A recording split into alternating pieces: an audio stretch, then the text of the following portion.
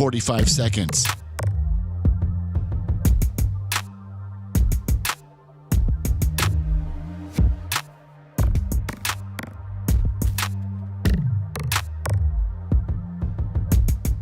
$30 seconds.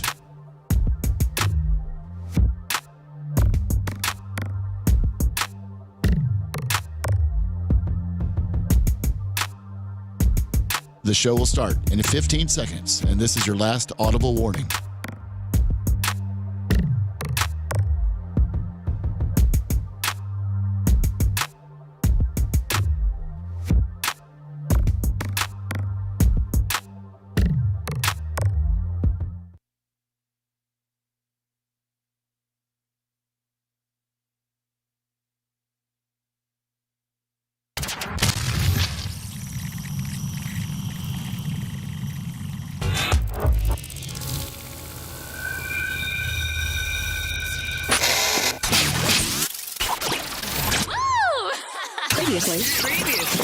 Previously on the Bubba the Love Sponge show.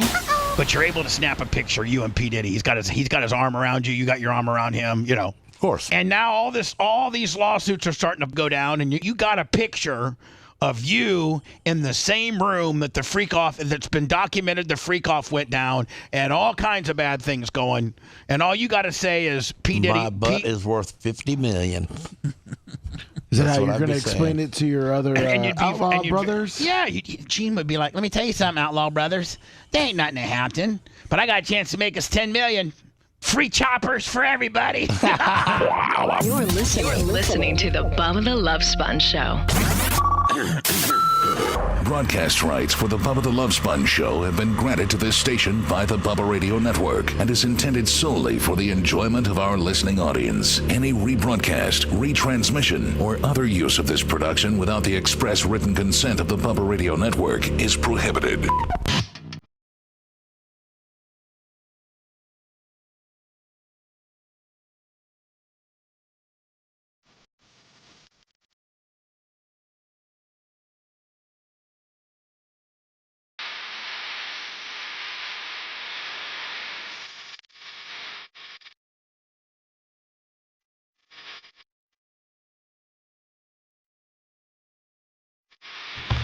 Oh, Monday, October 7, 2024. Myself, Lummy, Dan, Seth, Rhett, Mach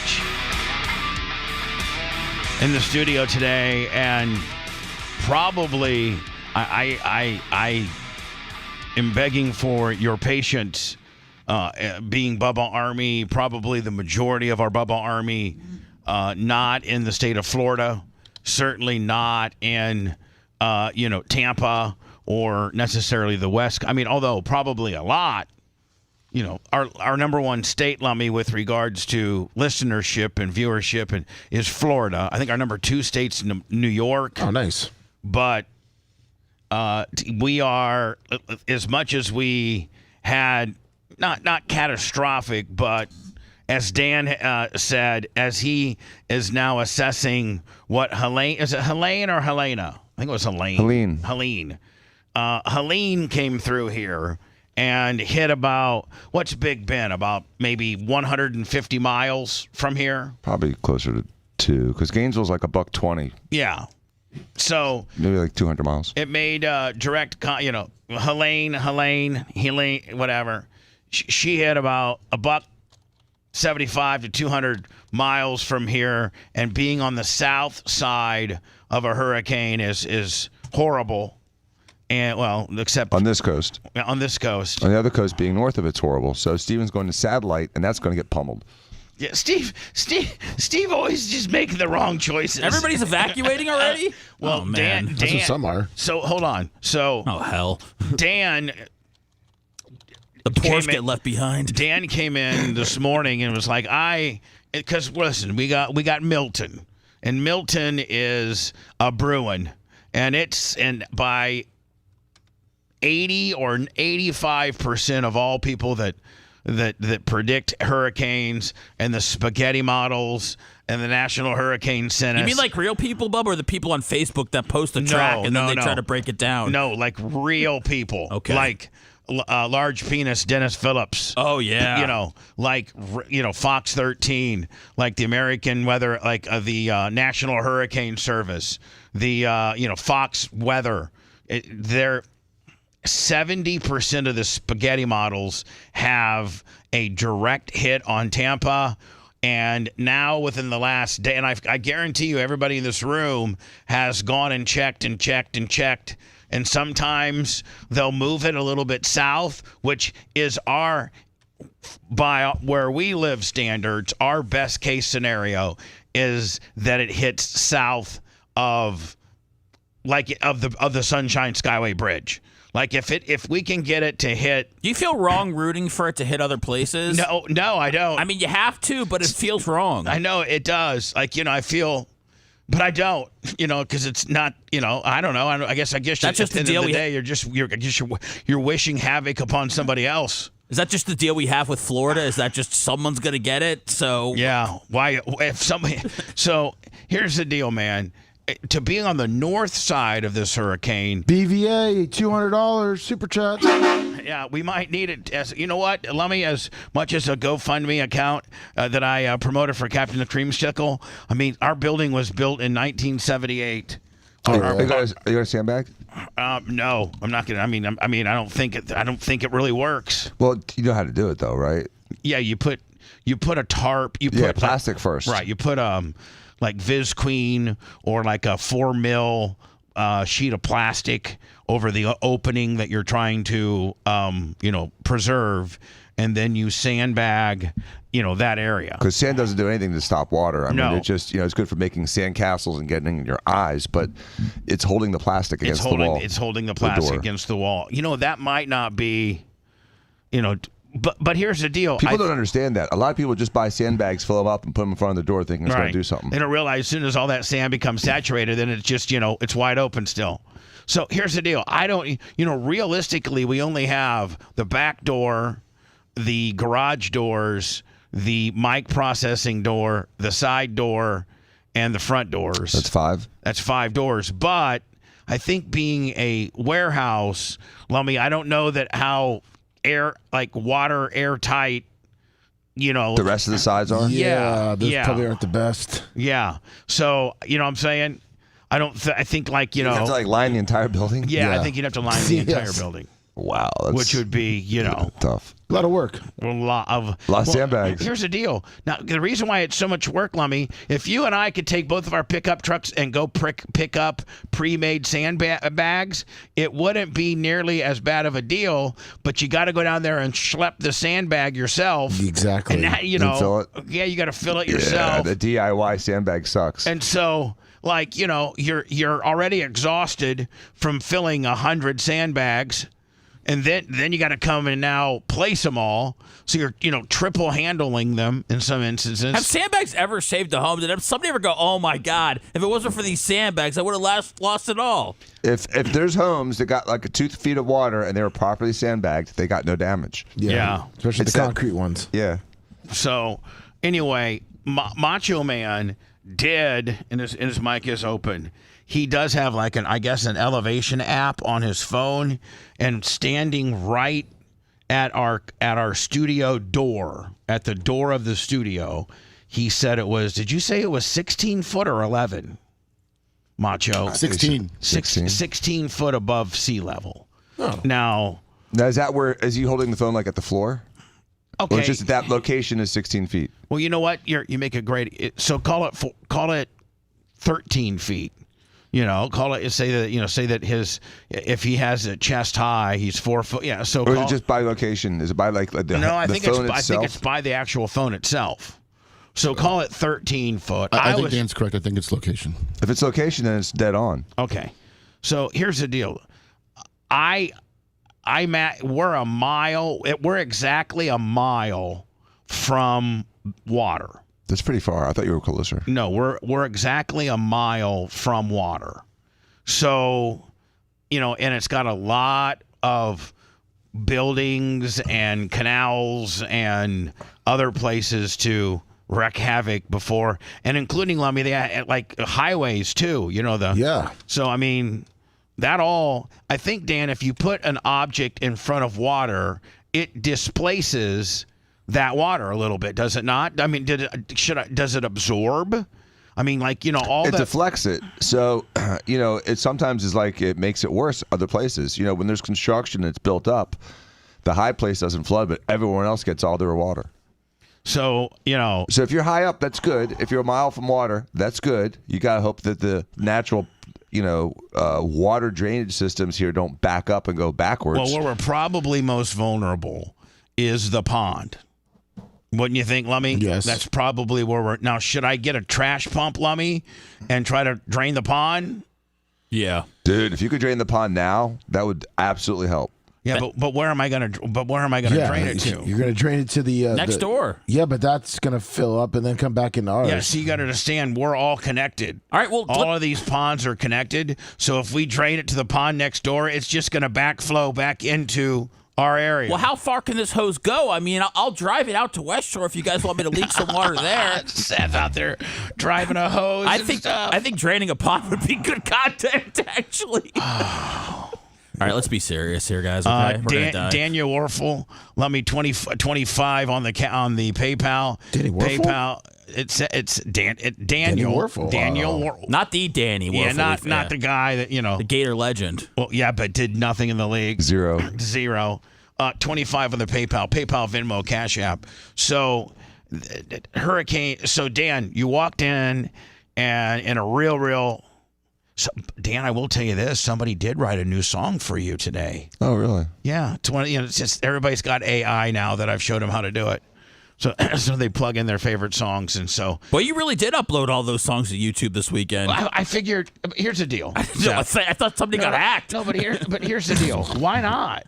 Like, why not? Yeah, no, let it eat, cuzzo. There's as goofy and stupid as a lot of people think they are. I mean, some people might think they're pretty cool. I know one. There are actually some fans that like us. Yes, and like our laziness and the fact that we're unprepared and that we suck. A lot of people like that. They like the creativity. So Dan's got a new song that's been written by a listener. Now that I've showed these listeners where these AI apps are, you guys all can just be song deals. So Dan walks in today, not perturbed, but you can tell that he's had a rough weekend. I mean, a rough weekend. Yes. And so, Dan, I'm assuming that you spent the majority of your weekend trying to button up and close the chapter on the Helene, mess up or, damage, if you will. What was insured and what wasn't insured. And you walked in today and said, I have, after the calculations, and I've spent all weekend running stuff down, $150,000 of uninsured damage to my home from the last mother effer that came through 2 weeks ago. Right. Now, is that from the carriage house? I don't think the big house got maybe some roof damage on their big house. Nah, the big house coasted through this thing, right? And I don't know if it will this time, but the all the fencing's destroyed, the dock's destroyed. Is the dock? See, initially, you couldn't see the dock the morning after. I couldn't see anything the morning after, Bubba. I mean, I literally came to the radio an hour after the floodwaters receded, and still went through big thick patches of water. I thought my car was fine. Couldn't see the dock. I just knew there's no more water. When you finally saw the dock, is the very, very end gone? Or like if you were just, I'm very familiar with what the dock looks like. Is the dock just like completely crinkled up like a pretzel? A lot of times you'll see that happen. What's the dock? So there's two parts with the dock. The platform's gone at the end. That sank and got disconnected. That's where the jet ski and stuff's being. That's the platform's kind of like where you put lawn chairs and sit and hang out. Yeah, it's like 25 by 25 feet. It's where the davits meet that. Right, so right. It's where you launch yourself onto the boat. Right. So the four pilings that held the big boat are still there. The strap's gone. The electronics for the whole dock sank. and so there's no power to any of the stuff. The 4 posts holding up my jet ski are still there, and the jet ski is still there about 10 feet above the water, strapped down, but Really? I can't move it. So I have to either, do like an old school boat launch, like from the 1920s, where they just dump that bitch in the water. But I'm afraid if I do that, it's just going to shoot into the dock and shatter or sink. Yeah. So I just got to leave it, I think. And then the 300 feet of path leading to the platform. Yeah, hold on. Literally, people don't understand that from the shoreline to where the davit is and where Dan's jet ski holder gimmick is a foot. In order to get out to deep waters, it's a football field long. It's 300 feet. 297. I run out of breath getting down the back. Yeah. You get a cramp. You get nauseous. You get dizzy and disoriented. You got to stop and hold on. You know what? You should make that when you guys repair it a workout ramp. Like have a little sled where a guy pushes. I mean, you could literally just work out on that ramp because it's a football field long. Yeah, have a chin-up bar at the very bottom, at the very back. I sent you the map if you want to. Some weights down there, and you just say, "Listen, we're doing dock workouts." So anyway, the path leading to the platform is like a funhouse ride. I mean, it's up and down and angled, and it's all crazy. But our dock guy said that means the pilings have floated, so they have to sink them back down. He thinks that he can fix some of it, but. I mean, we got to do all the electricity. We got to do the platform. We got to do retreads everywhere. Steven had just finished his dock off of West Shore, and instead of using those plastic wooden treads, he used like a mesh. It's like a grating. It's flow through. So his dock wasn't damaged at all with Helene, where all his neighbors were. What are we looking at here, Lummy? For some reason, it didn't send. If you sent, or because I did the satellite view of it. If you go up a little bit, that's MacDill Air Force Base. Just an easy way to find Dan's house fast. And then you go out to the water, Bubba, the other way. Right. Yeah. And then up a little bit, right there. And then if you hit the globe, you see below your X, like United States, Hillsborough County, Ballast Point, and then it's right above that. Right here? Yeah, go above it. That little, right there, and you see satellite.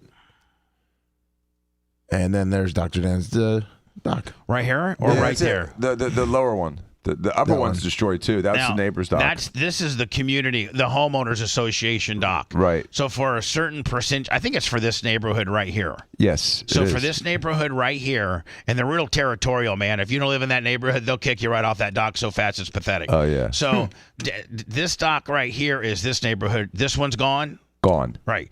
And destroyed all the way out to it. I don't think it was as well built. It wasn't. The pilings were upside down. Right. My guy said. Oh, look at this. Hold on now. It's supposed to be fat side low. We're really getting into. Here we go. There you go. So here is Dan's. Now Dan's house is this home here.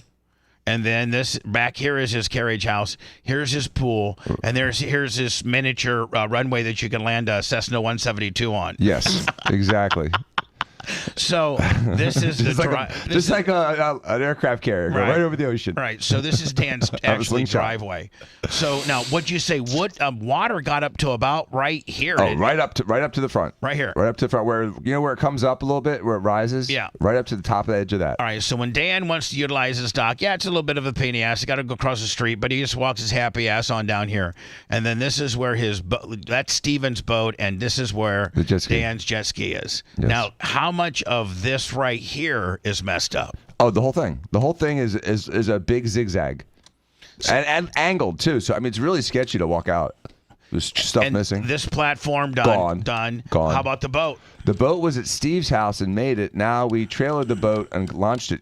We pulled it onto the trailer yesterday, and then parked it behind my house, and immediately the police were there, and they're like, "You can't leave this boat here." I'm like, "There's 500 mattresses on this block, and they're worried about my boat, which is tied to my trailer." Hold on, you're telling me that in order for the cops to come, somebody had to turn you in? Oh, some Karen was out there, right? Saw that you took the boat off the davit and loaded it on some kind of public boat ramp, and then loaded it over to, and this is where would have put it right in this area right here. No. Further back. Yeah. Back here. Way back there. No, other side of the fence. That triangle. See that little triangle, bottom right of that curve? Right here. That little triangle. No, right there. Right, you were just there. Right there. From the curve. Look at the curve of that street. To the right, that little brown patch of grass. Right here. Nope, below it. To the left.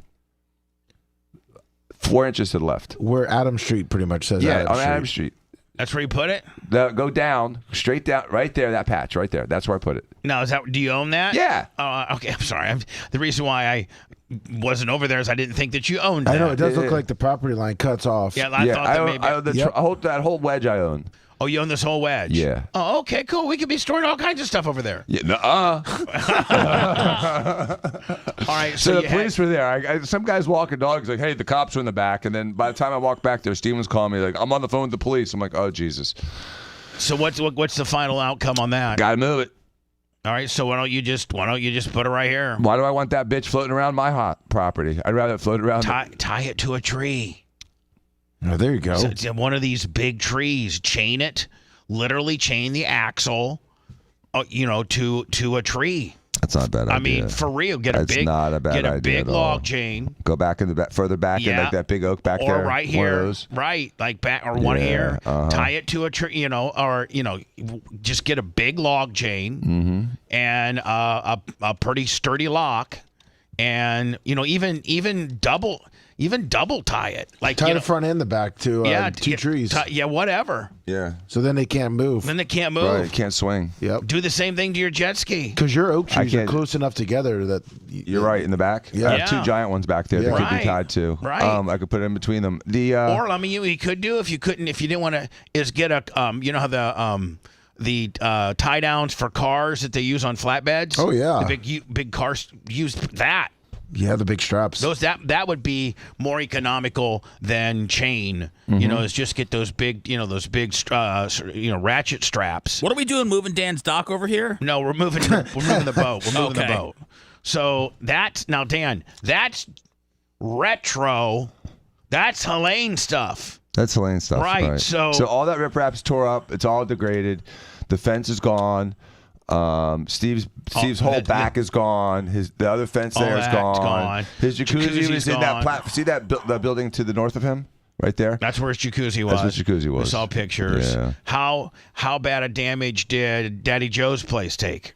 Daddy Joe's place did really well. Steven had just rebuilt it. He improved the structure of it. The roof held up. He has almost all hurricane windows. There's a section that doesn't. He's going to plywood it.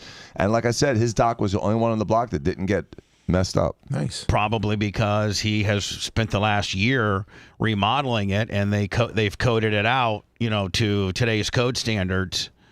Lummy, the one thing about what's coming, of course, that's talking about Helene. That's yesterday's news. We are currently in Tampa due to get a direct hit. Most, like I said earlier, 60 to 80% of all spaghetti models have this new hurricane, Milton, which is projected to be a 3, maybe a 4. And here is... It's going to go to a 4 and then drop to a 3 right before it hits, supposedly. Which doesn't make any sense to me. Well, it slows down when it hits the land. Well, no. They're saying that there's a northern dry spell, wind shear Willie, that's going to supposedly slow it down. But there's so many variables. And that is... So, now, Lummy, when was this? This was the 4 o'clock this is the advisory 4 yesterday. Yeah. See if you could find me something a little bit. And Mach, I know that I need to be including you on all of this talk, and you and Rhett's mic, of course, is up. So if you guys, know something that we don't, or you can find me a more up-to-date Hurricane Milton advisory from the National Hurricane How are you not letting Macho go full weatherman right now? Well, he was texting us yesterday. I told this is his time to shine. Because he's running around back there. Yeah, we're trying to get... Listen, supposedly we're 16 feet above sea level. Now, does that mean that we probably anything below 12 foot or so storm surge is okay, are okay? And does it take into equation that we're 1.2 miles from water? All those things help, Bubba, but the problem is there's also going to be about 9 or 10 inches of rain, which we did not have during Helene. Right. And so we're already soaked and saturated. So that rain, just 9 inches of rain, you'd flood. I sent you, it's not from the hurricane, but it's the most updated one the storm track. And it's so we are on. Okay, so this is the latest. Yes. All right. Can I click on it or You should be able to make it bigger. I'm clicking on it, but it's not making it. It's not making it any bigger. So that doesn't really give me. Doesn't give me a really. You got spaghettis? The cone's not as informative as the spaghettis. Well, I don't know, man. I like the cone. I mean, I like this type. I like the National Hurricane Associations better because they kind of give you little dots. Yeah. Now, yesterday at 4, this is really good for us, and that would be. It looks like it's hitting Sarasota, Bradenton, and if we're on the north side of this storm, we're okay. I sent you that one from the Hurricane Center. We're okay. We're not going to get at that point, Dan. I think we get sucked, not blown, not effed.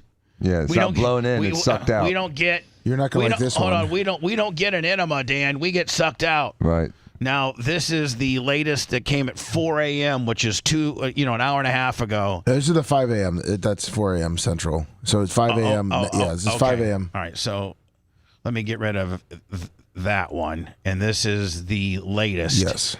And they've now scooched it a little bit northward. Great. But not like even a direct hit. I think a direct hit with it being most of our area on the northern side of the eye might be okay. Well, the problem is it looks like it's slowing down a little bit for Wednesday night, and I wonder when the tides are. Yeah. Oh, the tide prediction is crap, man. That's the frustrating thing because Helene was supposed to hit during low tide, but then as it's passing, the tide's coming up, and all of a sudden the water started going. I mean, we didn't get flooded until Helene was 100 miles north of us. So this is the latest 4 a.m. advisory. And Macho Man, I know you're running around, but you're obviously the storm guy here as well. I think this is survivable for us.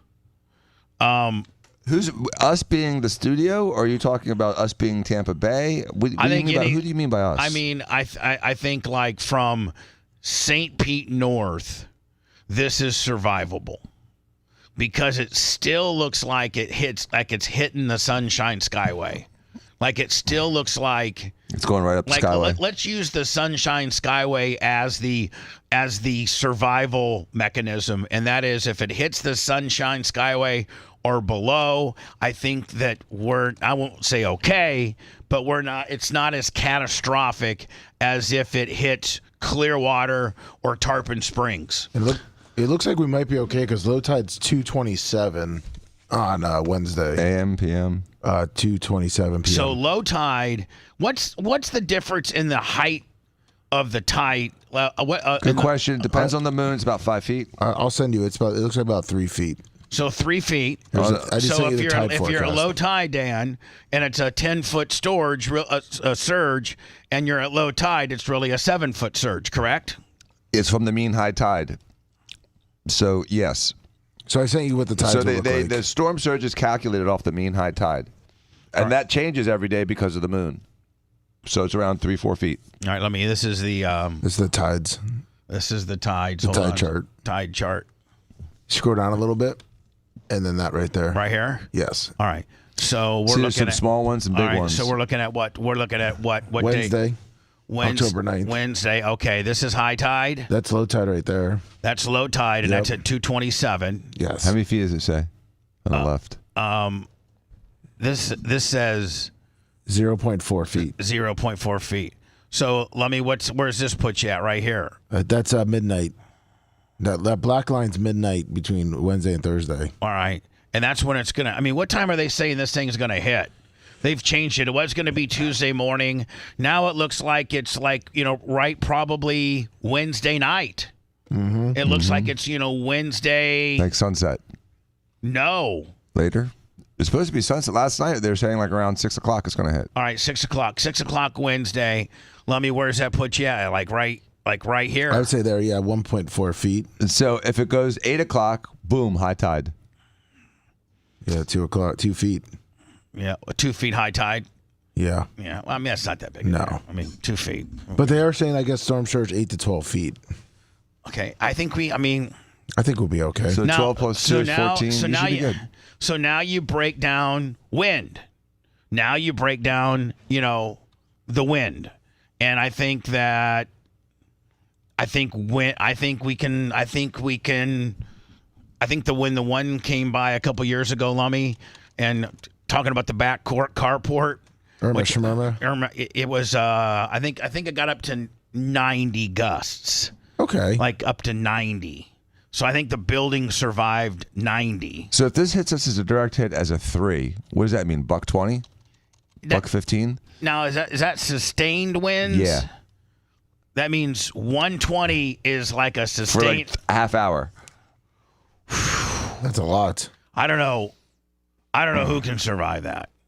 Well, I mean, new buildings with brand new roofs and hurricane windows to survive it. Oh yeah. The brick buildings that are brick 3 floors to survive it. How about a but 10, how about a 10 building built back in 1978?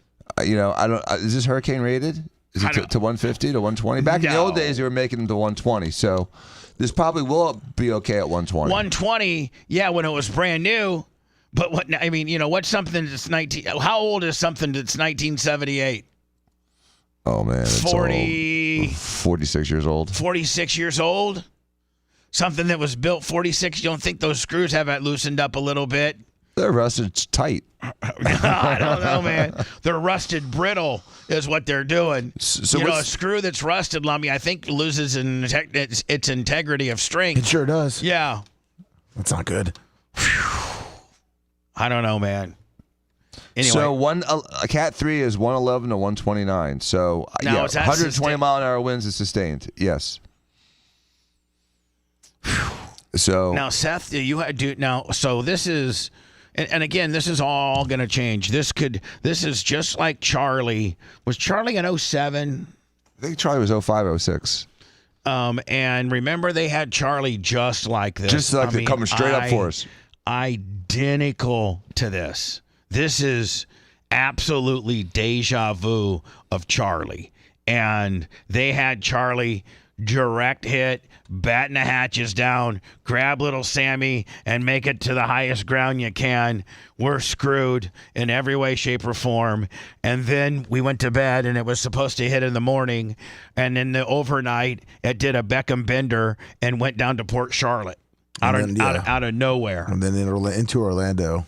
And so a lot of people are going to Orlando to evacuate, which I don't know if that's such a great idea. My sister, we had a big, my whole weekend was celebrated for Merch Creek and my sister's birthday. Friday, Safety Harbor Spa. I had this big Russian guy rub on me, and he actually hurt me. Really? He didn't hurt me, but he got down on my hamstrings. And man, you don't realize how tender your hamstrings are. Until you start getting hamstring. Oh my God. So we went there and we ate there. And then Saturday night we went to this new steakhouse off of kind of near Lutz, and it's called Birkin's. Have you seen it, Lummy? Yeah. Yeah. It's fancy. Have you been inside there? No, I haven't. I've seen the outside of it. I'll tell you this, the tomahawk steak was $110. Jesus. Ooh. Yeah. That used to be an old nightclub bar. Did it? Yeah. I got the grouper, which was $39.95. But so anyway, I had 2 nights of birthday celebrations, so I haven't really been able to, all day yesterday I pretty much was keeping up with this. But so my sister made an announcement at the birthday party that she's booked us rooms all in Gainesville, and I told her. I already said, that's probably a good idea. Cancel my room because I am not going anywhere. Even if I'm in a mandatory evacuation zone. What zone is this? I don't know. Probably mandatory evacuation. Is it B or C? I think your apartment probably is like... mandatory evacuation. Yeah, it's what zone is this building, though? Is this a C or a B? Or do you know? I think this is A. No. If it's 16 feet up? I don't know. We'll find out. Mach, I feel like maybe he's wiring and getting... I know he's got a lot of computers to move off the ground and stuff. I feel like he's like Seth said, he is literally our show meteorologist. He worries more about weather than any of us, and he hasn't said one word. And this is the most major weather event we've ever faced as a show since he's been around. Seth, you had no power and flooding. How are you doing now? Oh, we're fine. We're fine. My deck's screwed, but other than that, everything's good. You're back to almost normal? Yeah. Oh, yeah. No Everything's smells in the house? No. Oh, I that's so nice. don't think he took any water. No water came in at all. Oh, I thought you got water too. No. It was just the power? Yeah. Power. Oh, I thought you got flooded as well. No. I thought you were a bit more disrupted. I think he had a power outage along with you couldn't use your water for 2 days. I mean, the roads were flooded, but the house didn't get flooded. I Oh, sent that's you good. the evac zones, Bubba, for Hillsborough County. Okay, let me see here. These are the evac zones for Hillsborough County. But probably the biggest pain in the ass for Seth was not being able to take a shower, like not be able to use water for 2 days. I didn't listen to the rule. You didn't? Nope. You said I'm jumping in and getting the and taking a shower. Like the girls went to our friend's house to go to the bathroom and shower and everything, Right. and I said screw it. Yeah, screw that. Yeah, it looks like we're in. Okay, let me see here. Doesn't let me. Okay, where are we at here? There's the green is the expressway. Okay, and so would we be like right in here? No, you got to go left. You're in the red area. You see the bridge, State Road 60, Courtney Campbell. Right here. Yeah, that's Howard Okay, Franklin. well here, that's where we are, Howard Franklin. Yep. Boom, and then here's this is this That's Del Mabry. that's Dale Mabry. Yeah. Oh, we're here, Yep. but barely. So is that see A? that almost like hold on. Let me see this right here. See Yeah, that they this look yellow. no, but this little section right here. Yep. That's kind of us, I think. Yeah. So you guys screwed, man. You should be purple, not red. Hold on. It is. Hold on. Let me see here. There's 275. Veterans. So we're right. We're right in here. You got 3 different zones all around the corner. State Road 60.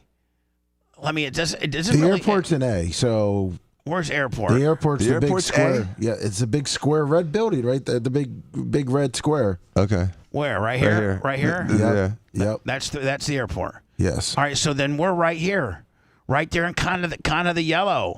Yellow Willie. And sorry, I was actually working the graphics for the break, and we had a computer fail over the weekend. I'm working on. Sorry. Non-weather related. No more. Never mind.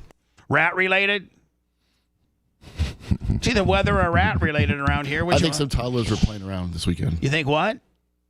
Some toddlers were playing around this weekend, and we're throwing computers around. I don't know what that means. I think Macho Man trying to be funny. Yeah, probably. Usually Okay, let me- bodybuilders aren't that funny. But anyway, Bam, bam. are we? That's funny. Is this us right here? This no, because we're like I think we're kind of 587, I think, is West Shore or whatever. So I think we're in the yellow. I think we're yellow reddish. yeah. I think So B-ish? yeah. I mean, I think we're right there, like right on the we're a fringe kind of deal. All right, let me go to words. We have a lot of weather stuff to talk about. We have a lot of sports stuff to talk about. We got just a bunch of stuff to talk about. What were you going to say? I sent Lummy pictures of the neighborhood right directly behind my house. The house that it essentially disintegrated from fire and explosion, and then all the trash that's piled up in the neighborhood. Do you behind think this is going to hurt Tesla sales, knowing that salt water will?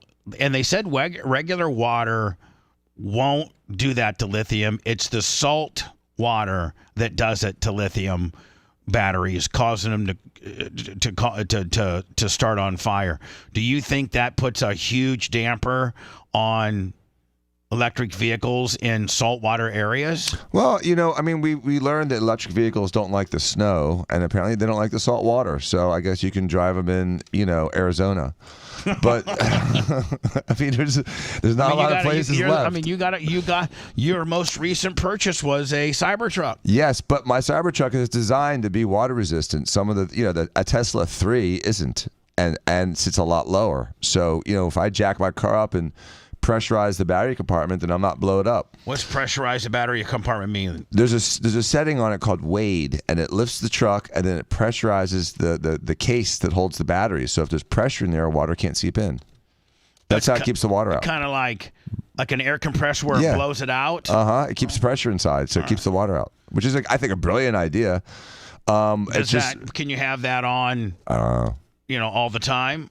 No, it'll turn itself off after 30 minutes. But it gets you through, heavy, deep water. And again, what I'm going to do is I'm going to have my truck with me in a parking garage on the second or third floor, probably. Well, I mean, we got to go to words. So I don't know who's on the phone line. It's obviously not a bad guy. No. So he's on hold. We'll get to him and continue. It looks like Hurricane Milton is headed our way. Landfall, Wednesday night? Wednesday night. So we need to talk about, what we might not be able to do a show. You probably shouldn't do Thursday's show. You may be able to do Wednesdays. Well, again, I guess we're going to know more. Like Big Denny Phillips said, Big Penis Dennis Phillips says, we're not going to know more till Monday morning. Well, it's Monday morning. That's right. So hopefully we can start figuring out some of this stuff out. You're listening to the Bubba the Love Sponge Show. If you want 24/7 on-demand Bubba and the crew, go to BubbaArmyHQ.com. The Bubba the Love Sponge Show will be back after this.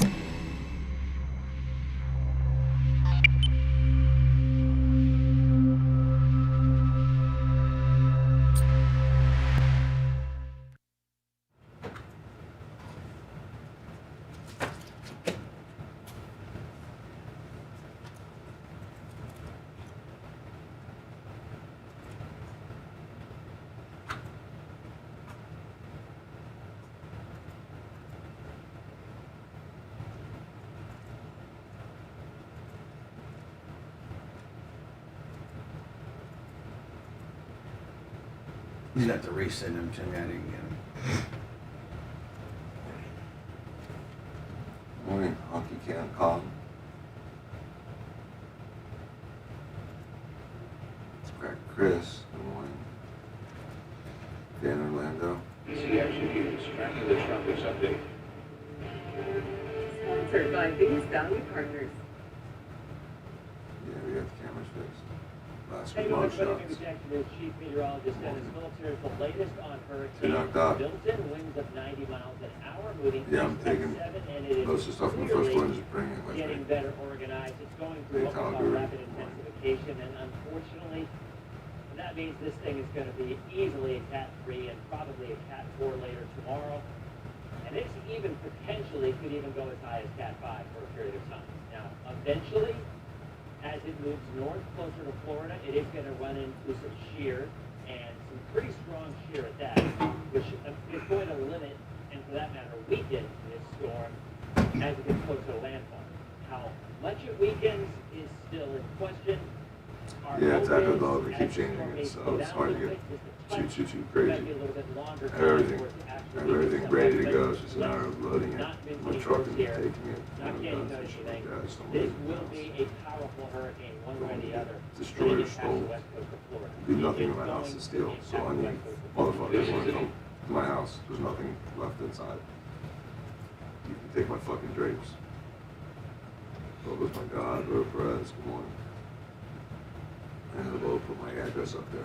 I'm gonna do that too, but He's working on Lemmy's computer. Is Lemmy in he's here? working out. No, he's I outside. got it fixed. Good morning. Because he has to resend me what he sent me. And you can see it right He's got his here. laptop now, so it'll be more Doesn't comfortable. have fucking mask, but does have a biohazard Of September, absolutely setting that inundated. seals it all. Lemmy, you need to resend that to me. Okay, the pictures? Yeah. Okay. And here's the thing with storm surge along the coast, any additional sort of rock. Yeah, Jim Kinzori. He's welcome when Watch. he's left. That'd be Stephanie Abrams. Now, do we have a Craig and Rio parody, Seth? Seth's not in here. I go to use Doc. My Doc and Katie Bowers. So, Lemmy, did you resend it to me? No, I'm getting it on mic. Duck guy. Resend it. All balls. Pedro.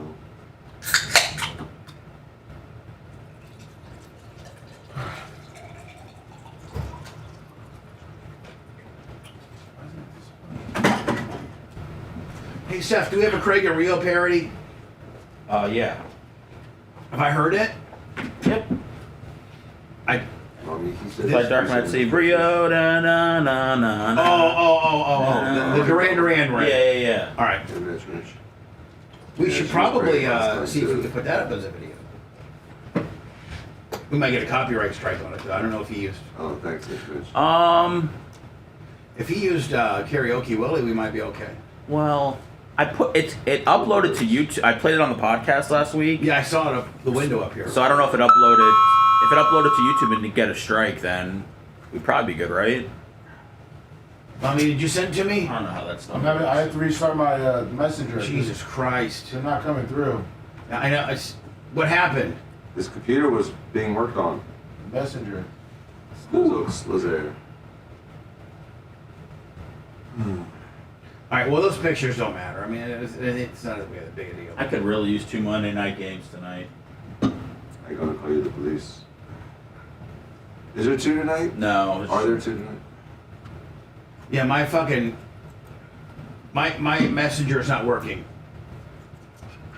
Are you offline? I'm back online now. Okay. You need to send me something.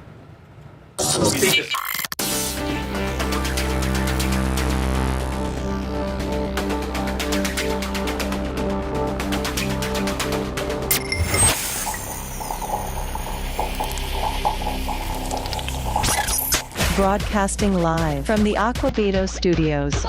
Aquabito.com. Promo code Bubba. It's the Bubba the Love Sponge show. Lummy, did you find me the Hogan? Yes, I sent it to you. I'll have to resend it with all those links. I mean, you sent me 400 and I think maybe 66 links this morning. You can see Lumix. Yeah, there you go. You can see which one. Which of these? X.com to load My Hurricane. Right here. That one. That's Hogan. That should be Hogan one. Yeah. Man, that's Hogan is. Is everybody? I don't want to say this because everybody's going to say that I have an ulterior motive to say this, but are you? I'm kind of Hoganed out. Yes. Thanks, Seth. Well, Bubba, look, just from nothing to have to do with the radio, just Hulk Hogan as a person in this community for a long time, he's a douche. And he has a great new, rebirth when he got up there at the RNC. He was promoting his beer. And, I think a lot of people predicted, got him almost back on top. Yeah. When they took a shot at his hero, Donald Trump, he realized he couldn't stay silent anymore, and that means he's going all over the frickin' country promoting a stupid beer. And not only that, but and infusing himself into, the Morgan Wallen concert at Ray J. I get this because Wallen always walks out with the big celebrities that are around town, and it's a lot of athletes. He had Tyson with him, I think, when he was in Vegas, and a couple of guys with the Raiders. So, when he's coming out with Mayfield and Hogan, what are you going to turn that down if you're Hogan?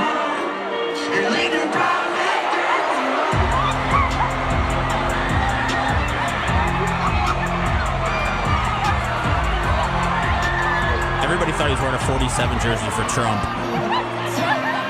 Oh, not paying homage to the great John Lynch? That's what people had to jump in there and tell him it was for John Lynch. I didn't even think about, making it a Trump deal. I'm like, as soon as I see a 47 Bucks jersey, I think of one of the greatest safeties in the league in the history of the league. Is this cool though? But I feel like this is cool for a concert to watch him walk out and then get hyped up with these guys. I'm not a Wallen guy, but I love the way that he starts the show. There was definitely a bigger pop for Baker than there was for Hogan. You were there. Yes. As there should be. Do you think Tampa is over Hogan a little bit? No, but Baker's when you're the quarterback, nothing's bigger than the quarterback of the football home team. Yeah. Right. Well, unless you're Deshaun Watson. If Morgan goes to Cleveland, I would maybe pick Myles Garrett or something. Somebody from the Guardians or the Cavaliers. The Cavaliers.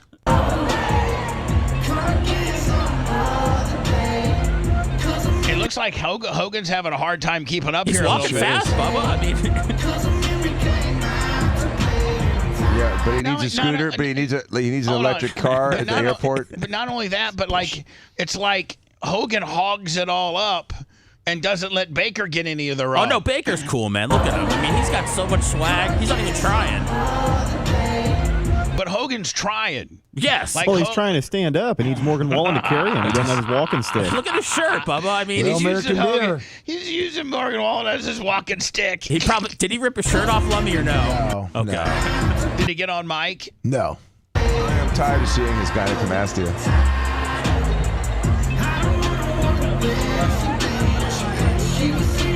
Hogan can't keep up. He's gone. He's gone. Morgan Wallen said, "Screw this, man." So because we all thought he was going to come out on stage, and then you just see Hogan kind of disappear into the background. So did Baker come out? I think he you could see him from the stage, but not Hogan. Was the stadium packed? Oh yeah. I mean, packed. Yes. Now, isn't this a guy who got in trouble for saying the N-word or something? Yeah. After a college football game. Saved his career. But I don't understand it. He took off after that. I make a mistake. Sure did. I make a mistake and it completely ruins my career. I don't know if I ever recover. These guys can make mistakes, and it's, I think it was very. I think it was. I think that it was. I don't want to say harmless, but I don't think he had a real, malice or ill will. Neither did I. I didn't have any malice or ill will. What did you get caught up in? I let Hogan bang my wife. Oh, okay. I thought there was other stuff. Yeah. Oh, here we go on Fox 13 now. They're showing us 8 to 12 foot storm surge. I think that's survivable. I really do. Yeah, these aren't official. Last one was 5. Well, they were calling for 5 foot. Just so you know, Helene was a 5 foot storm surge. Yeah. Now they're saying 8 to 12. All right. So Helene was a 5 and ended up being a what? No, that's what they said. That's what it ended up being. 5 foot storm surge. That's what it was. Yeah. But it was 5 foot during a super high tide, wasn't it? It was, the tide was high because the water had just been driving and driving and driving. It wasn't predicted to be high 2 weeks earlier. We didn't have the rain with Helene that we expected with this. Right. This is going to literally have 10 inches more of rain than Helene did. So, just as they're predicting right now, as we sit right now, this is situated to be almost nearly 2 times the event that Helene was. Yeah. News tracking the tropics update. I think this is Big Deef Denny. Sponsored by these valued partners. How you doing, everybody? Maybe Action News. Do you know? I mean, he's already very rich. Dan, he's already very rich. But do you know he's even going to get richer from this? For breezy. I know what the roofs. That's one of the first things everybody needs. I mean, if your house takes damage, usually one of the very first things it takes is a roof. Yeah, it's either flooding or a roof. Right. Exactly. Chief Meteorologist Dennis Phillips. Here's the latest on hurricane. Now, I think this was last night. This was the last night. Yes. Let's keep up on what Dennis is doing nowadays in postings to see if we can get anything. Dennis is napping this out, man. I was going to say he was on late last night, so we might have to get Ostertag or whoever. Milton, winds of 90 miles an hour, moving east. Now, Big Double D looks tired here, does he not? Well, I mean, Bubba, when you are the main weather guy, in town, yeah, you can't take breaks. Like, these guys are very I don't know, infamous, but they sleep at their desk. They have a thing where people have to come and wake them up. People are very, very scared of them. I heard stories about people that fear Delgado when they're walking around Fox 13. So nobody wants to see the backup meteorologist when it's times like these. So these guys have to be on 18 hours. I don't know if I have Dennis's new number or I know. I got him. I'll hit him up today. Yeah, see if we can have him on tomorrow. Yeah. Let me see. Big Saquon Barkley fan. I do not have it. I used to have it. Say, Denny, Bubba would like to have you on. Yeah, I got him. And I've had Dennis on since the '98 Rock days. I'm the one, Lummy, the girl that called the show. All right, I don't know. He's a family man. He's got kids and he's a family man. I'll bring that up again today. At 7, and it is clearly getting better. Okay, I got it. But he did get a hold of me privately and said, hey, listen, as much as you're not supposed to be saying that, that's not necessarily a bad thing to blurt out every once in a while. Yeah, I just texted him. He said, leave me alone. I'm kicking you out of the fantasy league. So. Right, thanks. They're organized. It's going through what we call rapid intensification. And unfortunately, That means this thing is going to be easily a Cat 3 and probably a Cat 4 later tomorrow. And now here's what concerns me is that, by the way, talking about Hurricane Milton, and Dennis has it coming on shore at 8 o'clock on Wednesday. It's already on shore at 8 o'clock. He has it coming on shore probably around 6:30. Okay, sure. Okay, I got you. So I'm worried about how they just kind of, willy-nilly take it down from a 4 down to a 3. Very rarely does that happen. Now, a lot of times it'll be 4, 4, 4, 4, 4, and then when it hits, it gets to a 3. But am I assuming that all of this is 4 strength? This little you don't know because they're at predetermined times. It's 8A, 8P, 8A, 8P. So it's going to change somewhere between 8 a.m. and 8 p.m. from a 4 to a 3. It may go to a 5 at one point, they said. Wow. But it's still, I don't understand why we can't dump a bunch of ice cubes in the water. I don't know what. I can't believe you said that because Saturday night we're having dinner, our whole family, and I'm thinking, and I was going to run this, and thank you for bringing it up, Seth. God bless, Bubba, because I don't know why Trump wanted to shoot it with a nuke. I get it, but there's got to be something you can do to redirect this. So, Dan, the Democrats, they're programming it, Bubba. They are. So, Dan, I wanted to ask you being, the smartest guy on possibly mechanically doing something, but it's my understanding that what fuels hurricane, and this is probably the dumbest idea, but my entire family was talking about it on Saturday night. So it's my understanding that what fuels these hurricanes is the warm water of the Gulf. That's absolutely one of the fuelers. That's what. Now, if the water, and when the water's cooler, even by 5 degrees, 3 degrees. Yeah, even 3 degrees, that really, really, really affects the intensity. It really takes a lot of the steam out. So why don't we build these big, we have the ability to build anything. Who would have thought, 15 years ago that we'd be able to shoot a rocket up into space, go to the space station, and then the big rockets, the fuel that we use to propel the spaceship into space, that they, instead of just landing in the ocean somewhere, we got to fish them out. I'm more blown away by the iPhone, but I get what you're saying. But they come and land on this little barge in the middle, perfectly. That's mind-blowing to me, right? Right. It's crazy. It's when we were kids was what we fantasized about. Right. So why couldn't we build ships like the size of aircraft carriers? There's what are some of these, what's the largest ships? You mean like a submarine? They're 900 feet long, dude. Right. There's feet. There are ships that are 3 football fields long. Yep. Okay? And so why don't we build chiller ships that go out and park a 50 to 100, and maybe we build 50 of them. I don't know. Money's. If you just look at the amount of money these storms cause, insurance, just FEMA, just the amount of money, pure money that these things cause. And Dan, let's say you built 50 chiller ships, and these ships do nothing but take in the seawater, chill it, and push it back out. And push it back out, so that and you're 50, 60 miles in front of the storm. And now when the storm crosses across that water, instead of it being 87, 86 degrees, it's 80.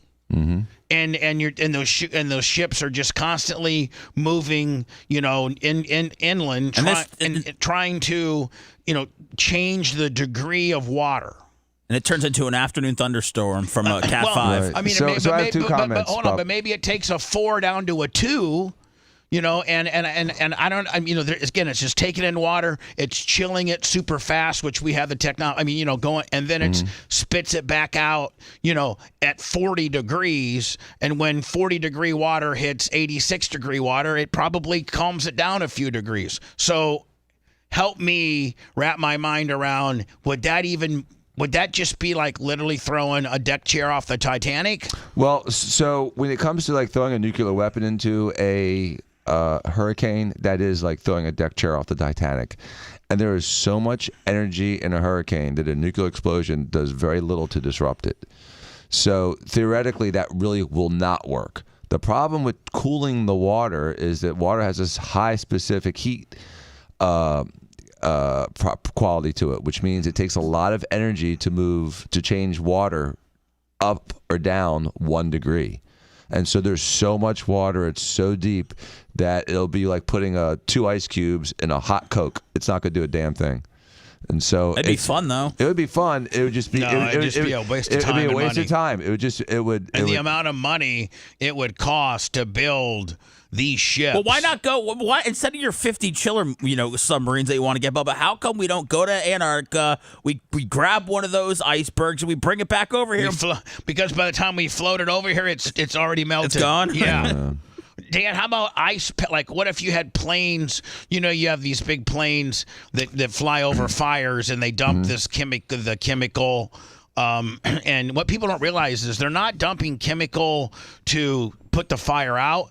They're dumping the orange chemical to stop the fire, like to set a perimeter. So it's more of a fire retardant than it is a fire extinguisher. So why couldn't we develop some type of something that we could drop in, fly over the hurricane and drop some type of, we had just 100 planes. Seed it a way to dismantle it or weaken it. Yes. Seed it or right. I understand. Ice Again, pellets or, I don't know. Again, if a nuclear reaction is not enough to slow down a storm, and it wouldn't be, there's so much energy in that. It's hard to comprehend how much energy is in a hurricane. Just like, we bitch about, your oven adding to global warming, but it's just like a beach chair off the Titanic when you consider a volcano.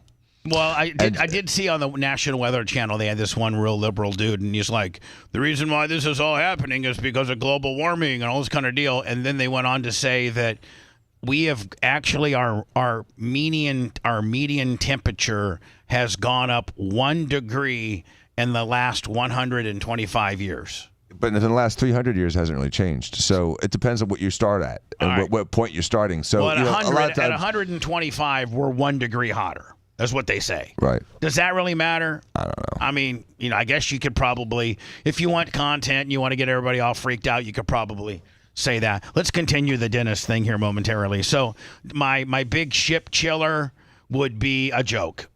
Well, you're doing heat exchange, so the heat would have to go somewhere else. So you would just vent it into the atmosphere.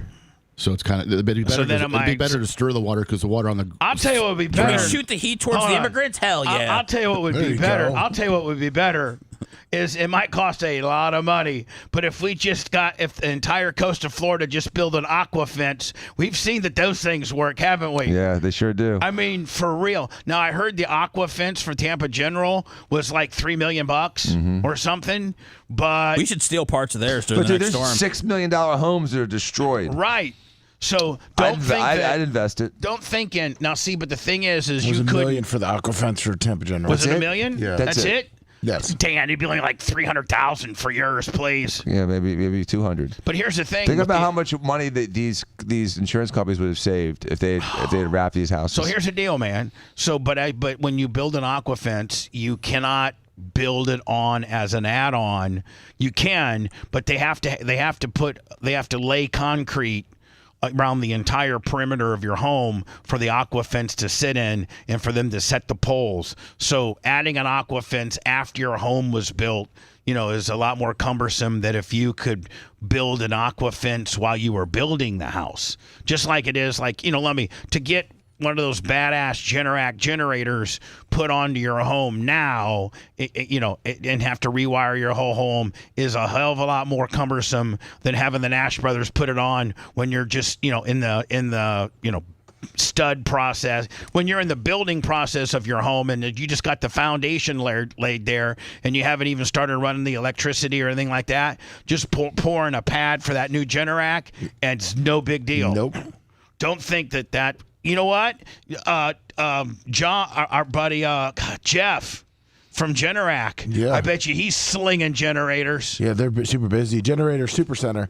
They're slammed. But Dan, watch where maybe some of these new home constructions, like on the levels of the type of houses that would be built on Davis Island, start incorporating an aqua fence as or at least the infrastructure for it. That makes sense, right? But what the code is that the first floor is supposed to be up and wash through. So if they keep doing that, then those areas. And problem is also, Bubba, that a lot of people, that first floor, which is designed to be a sacrificial floor to sacrifice in the case of a big storm surge, it blows through. The walls aren't connected to the weight bearing load walls, and so it's designed to just literally break open like a Lego set and allow the water to go back and forth. You're not supposed to build on that floor, but every asshole in Florida builds on that floor. They put a bar, they put couches, a mother-in-law suite, a TV, gym. a bathroom, a gym, a pool table, and then they cry when it gets destroyed.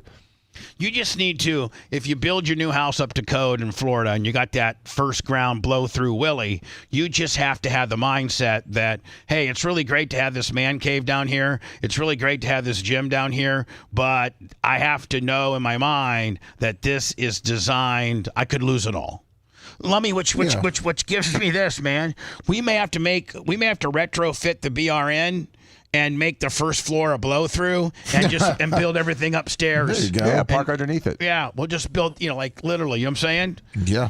Red and Creatine Travis and Iggy and the Nash brothers and Buck with Sawzaws. We could just Sawzaw the whole damn thing, the sides of the building, Lummy, so that where we're standing right now is a parking garage, and we put all the facilities upstairs. You're just going to take that concrete wall out. God.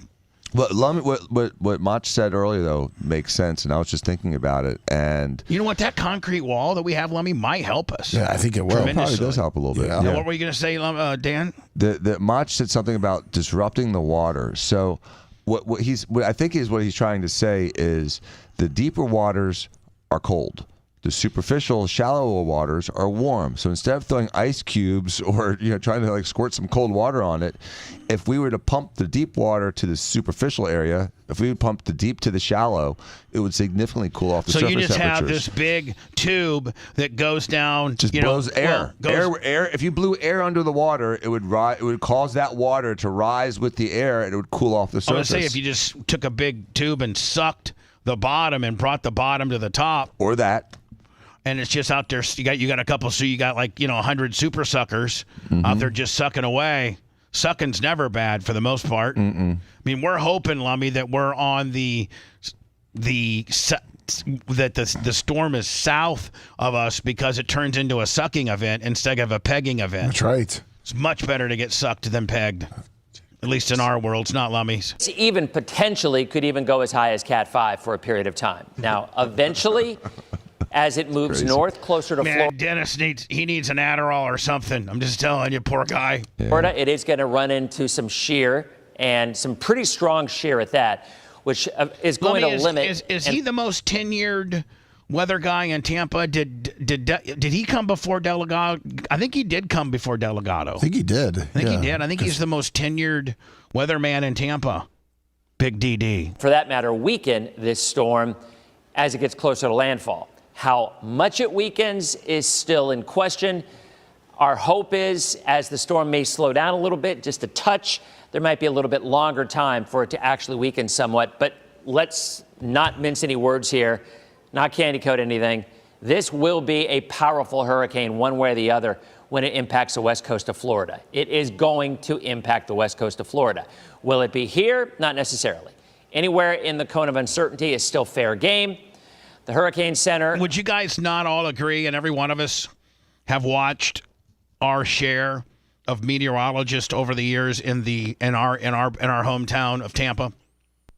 And would you not agree that Dennis is the one that kind of shoots you the most straight with regards to he'll do some weather fear and some weather porn, but he's also the most straight shooter. That's kind of his rep. Is that he'll shoot you straight, just like he says here. Will it be here? Like the other dudes would be saying, "Yep, it's going to be here. It's hitting Tampa. See the little thing?" Dennis, on the other hand, is like, it may not be here. It may be somewhere in this cone. I've always felt Dennis to be a little bit more of the common man approach, not so weathermonger, weather fear-er. Anybody else feel that way? I do. Delgado does a pretty good job too. Will it be here? Man, have you what's going on with Delgado's hair? Dan, I know you don't want to offer any freebies, but you might want to get a hold of Paul Delgado and say, hey, listen, man, maybe you could do like a little Paul Delgado's new hair is sponsored by Diaco Plastic Surgery Hair Restoration Willie, because he's got this little island of hair, and he's continuing. He was getting more and more like Bozo, and then let me see if you can get me some modern day Paul Delgado. But he has his hair now. I saw it the last storm. His hair is absolutely. I mean, Dan, he's a prime candidate for what you're doing now, Day. Yeah, he's got those alleyways. But also, I think if he's in the studio for 15 hours, I'm sure his hair gets worse every hour. This is from a week ago. But hold on, Dan. You know what? He might actually be, if we're going to be intellectually honest, he might be too far gone. No, not at all. Okay, I don't know. He's got a lot of donor. I don't know the if that's all real. The capabilities here. Hold on here. You look at your little radar app and you go, okay, I got this little window here, and then you try to beat the next band that comes through. So that tonight, guy's got a bigger problem. The frequency of those bands will start wait till you see a side view if he turns to the side. Increasing, and then tomorrow we'll be right in the midst of some rain. Just had a chance to read the 5 o'clock discussion. The Hurricane Center puts out the advisory. It looks like he's got like kind of like a Hitler going on. Also include a nice discussion. Those of you that look at the side. They didn't blend his fade. Now look at this. Go to like 125. Hold on. So, but if you look at this side looks like it's kind of, got some hair, right? Yes. Okay. Now go to where? 125. All right, hold on here. 125. Because you can see from the side. And then here comes so hold on. So Dan, has he maybe had some type of procedure? Because look, hold on here. If you look, he'd have a hairline, Bubba. Right? I mean, Dan, wouldn't he have a hairline? He needs something in the front. He's got nothing in the front. He's got He needs about 4,000 grafts. All right, hold on though. But look, I want everybody to look on his left side. It's all. I'm using my cursor. It's all kind of filled, right? It's all Dan like he's got all hair, right? Uh-huh. Now, if you go to 125, and you look at, he's got this one little area gap, and then here comes boom. That is kind of. Like they shave. I think. First of all, I think he's got that gray making it look thinner. Plus, I think he keeps more on the left side for comb over. Oh, okay. It's probably the longer there, so you can do a little comb over deal. I was thinking maybe he had some type of medical procedure where they had to shave him down. You're like the John Madden of breaking. You're like the John Madden of breaking down Weatherman's hair, Bubba. I can break down anything. I'm the John Madden of everything, Seth. Up from the south and the southeast, we'll track every one of them. So I'm just saying, like, man, what's going on there? You got a bald spot. You got a bald patch right above your ear on the right side, but on the left side, you're full bushed out. Yeah, but this guy's got Dennis Phillips has a much better hairline, much easier to fix that and make that look really good with hair transplantation. Dennis Phillips don't need nothing. No, not necessarily. He just needs to. Anywhere in the cone of uncertainty is still fair. Now. When was this, last night? Yes. And have they moved it a little bit north since last night? Because this was right here. Game, the Hurricane Center. See, that makes you feel good. That makes you feel like, hell yeah. Yeah, nothing's happening. We're going to be okay on that because we're going to be getting sucked. They're going to be sucking. It'll be sucking the water out and bringing it back here. Boom. That's kind of how it works. Don't want to be in Fort Myers. Right. So Tampa Bay could actually be that one time like 2 years ago, where Tampa Bay, you could have walked across it, right? Yeah, it got super shallow. It was like right before a tsunami. Right. Has pretty much kept their 11 o'clock advisory the same as the 5 o'clock. The models are still showing very little agreement. So yes, we would expect. That's the scary part, Bubba. He just said the scariest part of all of it. The models are showing very little agreement. Hold on. That means there's a lot of variability. I'm going to say it again. Advisory the same as the 5 o'clock. The models are still showing very little agreement. So, yes, we would expect it to be somewhere in the cone of uncertainty, but that's a massive area, especially considering. Now, here's where it's worse for us. Right there. Or the direct hit, Bubba. Anywhere from there to the top of the red. From here? From there to there. From here to there. And you got to remember also that the eye, I believe, is 20 miles wide usually, about 20 miles wide. Most of the wind, the worst of the surge, will be within about 10 to 15 miles of where this line eventually goes. So that is really the key to everything. And as I said, you can kind of see spaghetti models. Jesus. Now, look at that. That is so bad for the state. 2, 3, 4, 5, 6 that absolutely really might affect. I'm going to be honest with you. We could very well be. I could lose it all. Apocalyptic. I mean, I could lose it all. Yeah. I mean, we could not be on the air. You could lose your favorite radio show. It would take us at least a month to probably get back on the air. Then we got 1, 2, 3, 4, 5, 6. There's 6 that kill us, and there's 6 that save us. So it's 50-50. It's 50-50. And that's how I'm looking at it, Bubba. I can't make a determination of whether or not this is going to be, a catastrophic event, and won't be able to until literally the afternoon of the storm. I sent you the most updated from Fox, and they have. I will tell you this: I am, even if they tell me to leave my apartment, I'm coming to the building, because I'm gonna be here at the building. Now, are you going to be trying to bucket the water out of the life raft? No, or are you going to just... No, I'm just going to be here probably on the phone with Macho Man. Quackenbush, $20 right above it. Watch to see when you want to drive from point A to point B. Watch to see when you want to drive from point A to point B. Window here, then try to beat the next band that comes through. So tonight, the frequency of the... Jeez. Mommy. The one right above it. You didn't say that, though, did you, Lover? No, I did, because I forgot I sent the Baldy. I know, but you forgot it, which really makes us look stupid. Quackenbush, $20. But I'd rather be made to look stupid and still have a facility to broadcast from than probably on Thursday us having nothing. I mean, Seth, at that point, I have to fire everybody. Yeah, I mean, I totally get that. There's, nothing, no jobs anymore. I mean, if I don't have a way to make money, I don't have a way to pay you. Not you, everybody, including myself. Yeah. I'm going to work for my sister. I think we should definitely, we're going to lose everything. My sister told me, my sister said, listen, I got you, boo. You can work for me and make, $300. That's what you paid her. No, I didn't pay her. You're trying to be a dick now. You're being mean. If you're shut. You're just being mean, Danny. Try to be funny. Oh, yeah, it's funny.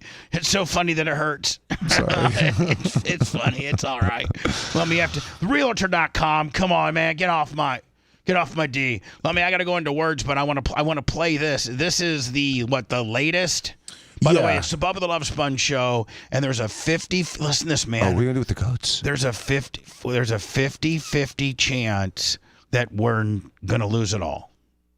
A 50-50 chance is nothing. Can you believe it? Can you imagine how pissed off everyone's going to be right now because we're so preparing this time? If we get, I hope, but I pray, but if we literally get nothing. Oh, I would be. We're going to get something. Actually, this is so long. Let me go into words. No, yeah, I was going to say the spaghetti model's right at the end. All right, so I'll break it down to the end. Yeah, I'll actually try to find it during the break. It's and 7:20. All right, we'll come back with it. But here, before I let you go, listen to this. And I've never said these words to you. And I'm not trying to work you. I'm not asking for any money. Money at this point will not help. I'm just telling you right now, I don't need your prayers because I don't necessarily believe in all that nonsense. But keep praying. Doesn't hurt. Yes, please. Whatever. Don't stop. Seth says pray to God, and Lemmy says pray to Jesus. Yes, pray to anybody. There you go. But here's the deal. The way this is looking is if we get a direct hit, I don't know if my building that we do our show from can make it.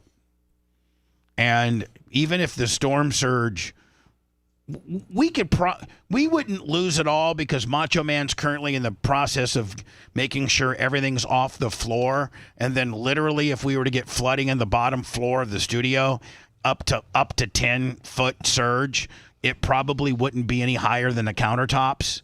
And we might have a week's worth of having to rewire and dry stuff out, but we wouldn't be catastrophically screwed so that we couldn't do a show anymore. But if we take a direct hit, I don't know that this building can sustain 130-mile-an-hour winds. I don't know. It's a tin warehouse building that was built in 1978, and it legitimately, I think we're 50-50 and if we don't have I don't know. I'm scared. Uh-oh. Dan's scared. This is Seth, you're probably scared. Not really. There's nothing I could do other than just pay attention right now. I'm not imagining worst case scenario. I've never been scared in all the years I've worked for you. Now I am, because you're usually not scared. I've never been scared yet. Oh, boy. This one scares me. Whoa, wait. You weren't a little scared when Charlie was supposed to come barreling down in here in 0506? Whenever that was. I can't remember if it was. It was 2005 and Bubba wasn't on the air. Hold on. No. Oh, really? At that time? It's 2005. It wasn't on the air. And my other facility was concrete block. But what about your home? It was right in the alleyway then. No, my house was 4 years old at that point, made to code. My house would make it before this building would make it. Oh yeah. My house, your house was a fortress. My house was elevated. It was only 4 years old when you bought it? Yeah, I bought it. I moved in November of 99. And it was a brand new house. And it was a brand new house. Wow. So, and it was 11 feet from the it was you had to walk up 11 stairs to get to the to the front doors. Yeah, that was high. Your garage was low though, right? Yeah, garage was but that burned a lot of people this last couple of weeks. Yeah, well, I didn't have a Tesla back then. I don't have one right now. But Jay had a BMW. You talk about the Teslas catching fire. Jay's BMW M3 caught fire. Yeah. And so Teslas aren't the only thing catching fire. There's golf carts that caught fire. And I sent Lumbee a picture of a house right behind my house that was burned to the ground with nothing left but looks like a bomb zone.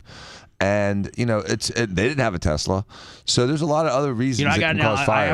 I have a lithium battery on my golf cart. Well, make sure it's outside your building and not next to it, because it could catch. It's actually in one of the containers. Oh, okay. And it's got a 4-inch lift kit. But maybe I should put that on blocks. But maybe put that on blocks. Maybe lift that. Keep that away from a building. Oh yeah, if the containers out there went on fire, it ain't burning nobody up. Not even the goats. They're far away from everything. Lummy, do we have a goat deal? I think that you don't take the goats to your place. I think you leave them here. Just because it's another thing you got to worry about, they're going to be okay. My whole thinking is I cleared out the garage for them and got their area ready in case they got to like a Cat 4 or 5 landing. Then I was going to just maybe grab them. Okay, well, you do whatever you want with the goats. Okay. We'll be back. There's, I guess, the latest spaghetti models have come out on me. Yes. And it's not looking good. If you love that segment, then check out BubbaArmyHQ.com and do a deep dive on past shows. The Bubba the Love Sponge Show will be right back.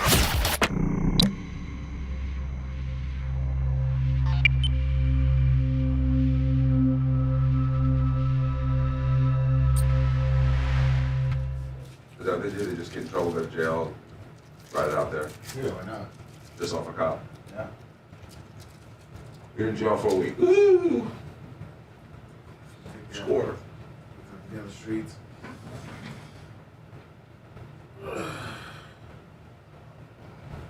It's the stupidest name of a store in Milton.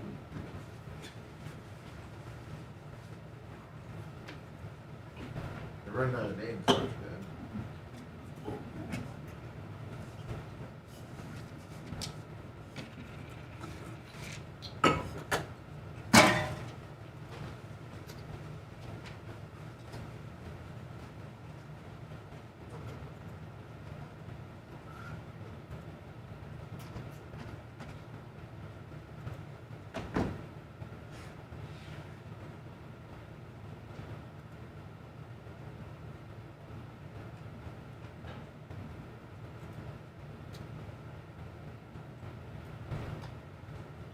Yeah, if it's south, it'll be perfectly fine there.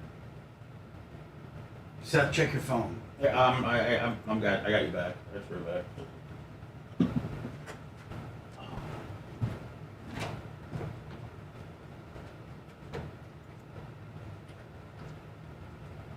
Oops, shit.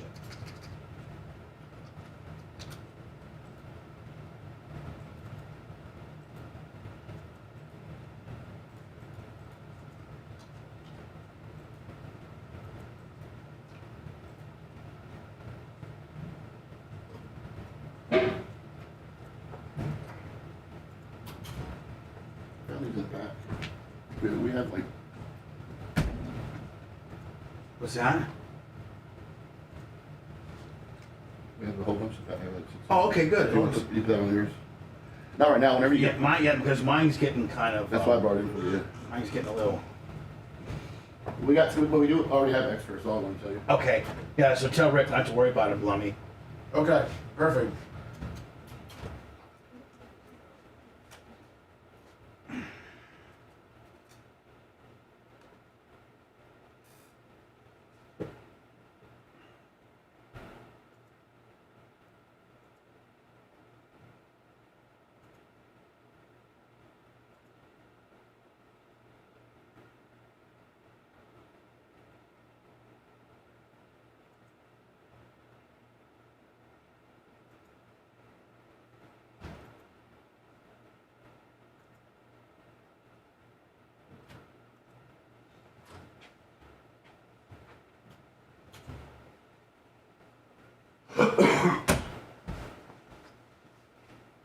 I mean, where did you say here on this, buddy?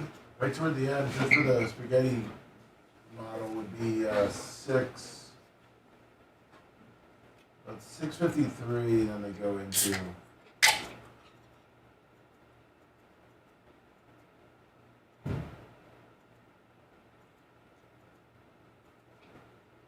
I did do Starlink. Huh? I did do Starlink. This is like an app.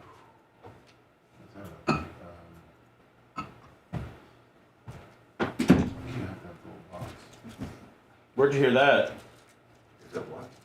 Little box. Right here, Lummy? Yeah, it comes in right after this. They show the spaghetti model.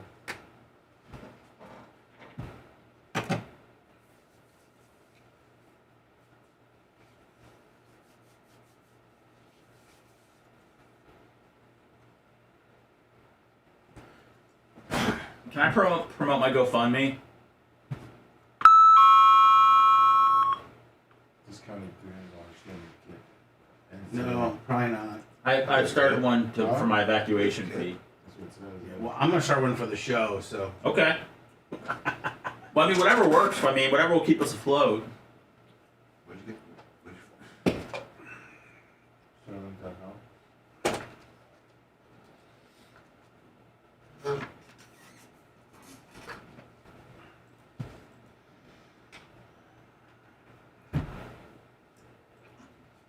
I mean, fuck FEMA. I'm going to Terra Clem.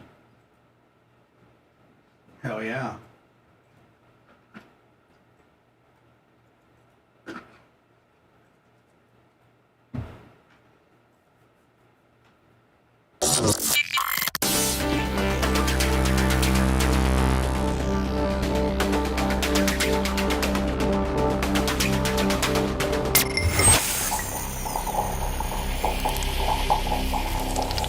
Broadcasting live from the Aquabeto Studios. Aquabeto.com, promo code BUBBA. It's the Bubba the Love Sponge Show.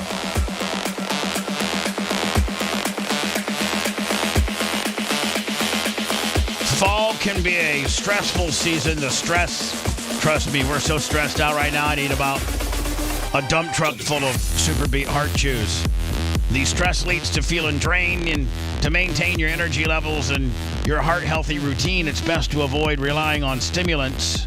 Super Beat Heart Chews offer a convenient, delicious, plant-based way to support heart-healthy blood pressure support and circulation. Enjoy a heart-healthy boost without the jitters. Paired with a healthy lifestyle, the unique antioxidant compound in Super Beats is clinically shown to be nearly 2 times more effective at promoting normal blood pressure than a healthy lifestyle all alone in itself. And you can double your Super Beat Heart Chews and get a free 30-day supply. You can get a free 30-day supply of Super Beat Heart Chews, and that happens on all bundles, and 15% off your first order by going to superbeats.com. Promo code BUBBA. Got to use the promo code BUBBA, okay? It's real simple. Get Super BEETS.com. Get superbeats.com. Promo code BUBBA. Promo code BUBBA. Thank you, Super Beats, for being such a great client. I think we need some more of them, Lummy. You get a hold of my rep and say, "Hey, man, send us a couple bags," because Dan chews them like they're gummy bears. He sure does. He loves them. Lummy, this is Fox now has a weather channel, not your local Fox, but national Fox has a weather channel, and I find myself going to watch it sometimes. The weather channel's got so many commercials. We do. Way too many commercials. Good month to advertise on them, though. Yeah. So this is National Fox Weather. And this, again, I'm concerned. I'm very concerned. I've made necessary preparations. We're making necessary preparations, but there's really not much we can do to the studio other than to get whatever on the floor off the floor and raised up to the countertop. I'm assuming that if we would get flooded in the entire bottom floor, few things that we have going for us are, we have no carpet at all. Carpet's a little bit tougher to suck up the water. Yes. We have the rubber mat. You know what I'm saying? Yeah, so easy to take up. So it's easy to take up. What about the lap machine? Should we raise that? Well, the gym equipment. No. The gym equipment. Here's the deal: it can get wet, and you could literally it's not gonna. There's really, as long as you wiped it down and WD-40'd it, you'd be okay. There's not a lot of So that getting wet really hasn't. It's not that big a deal. It's just the stuff that we have on the floor. So I think we could, as long as the building doesn't blow down, I think we could survive a little bit of flooding. Now, all the wires, from that little area between me and you. Yes. All that might be. That might need a sandbag at that door. Sandbags aren't going to matter, buddy. I was talking with Macho, just, We'll get more concise. So here are the latest spaghetti models. Is this from this morning? Yes. All right.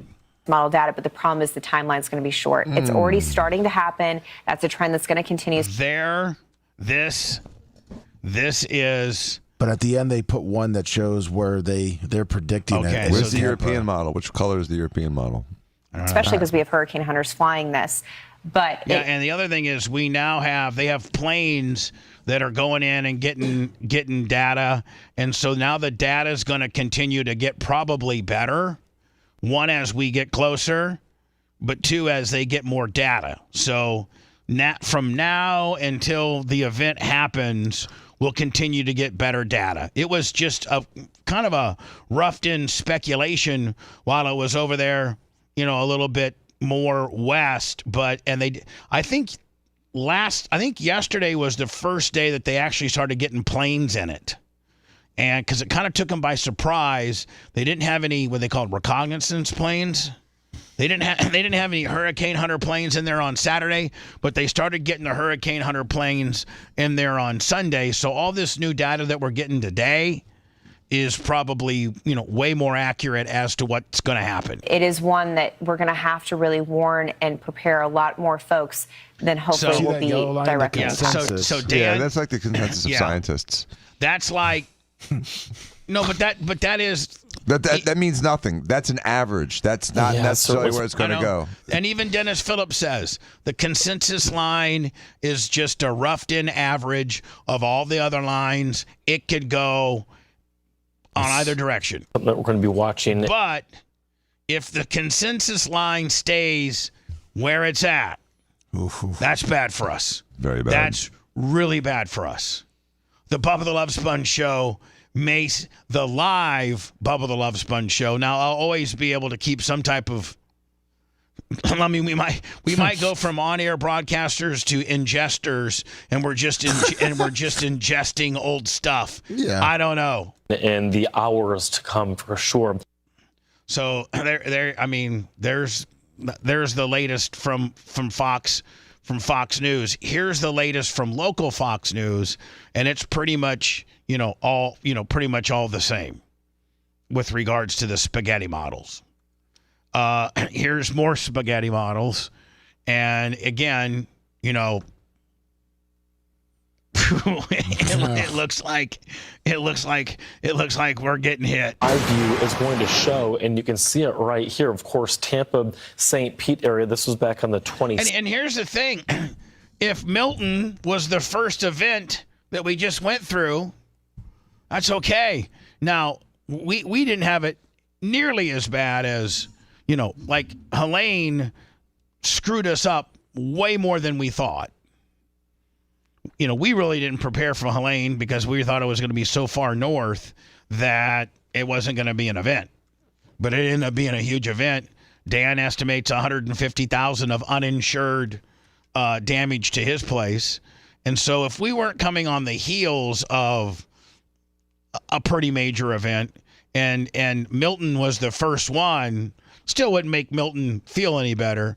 But as I was going to the Safety Harbor Spa on Friday, driving down that road, Lummy, that takes you there on Safety Harbor, yeah. Every house that I was driving by had a pie, as tall as the ceiling in this studio, full of couches and refrigerators and beds and rolled up carpeting and drywall, and just, all that area was devastated. We're absolutely inundated with tons of water. And here's the thing. Now, this is Tampa, 10 days ago? Yes. Milton, we're expecting Milton. This is Tampa 2 days ago. To be a big rainmaker, especially north of where the center of circulation or the eye makes landfall. Man, I think north of that center of circulation. I wonder what it sounds like when you're in this house and then a tree like that falls on top of it. I wonder if you think you're going to die. And that's a pretty big tree. That's a pretty big pine tree, You're sitting there chilling out, riding out the storm. Probably at this point your power's off. I think you can hear a tree start to come out of the ground a little. I don't know how much warning you have.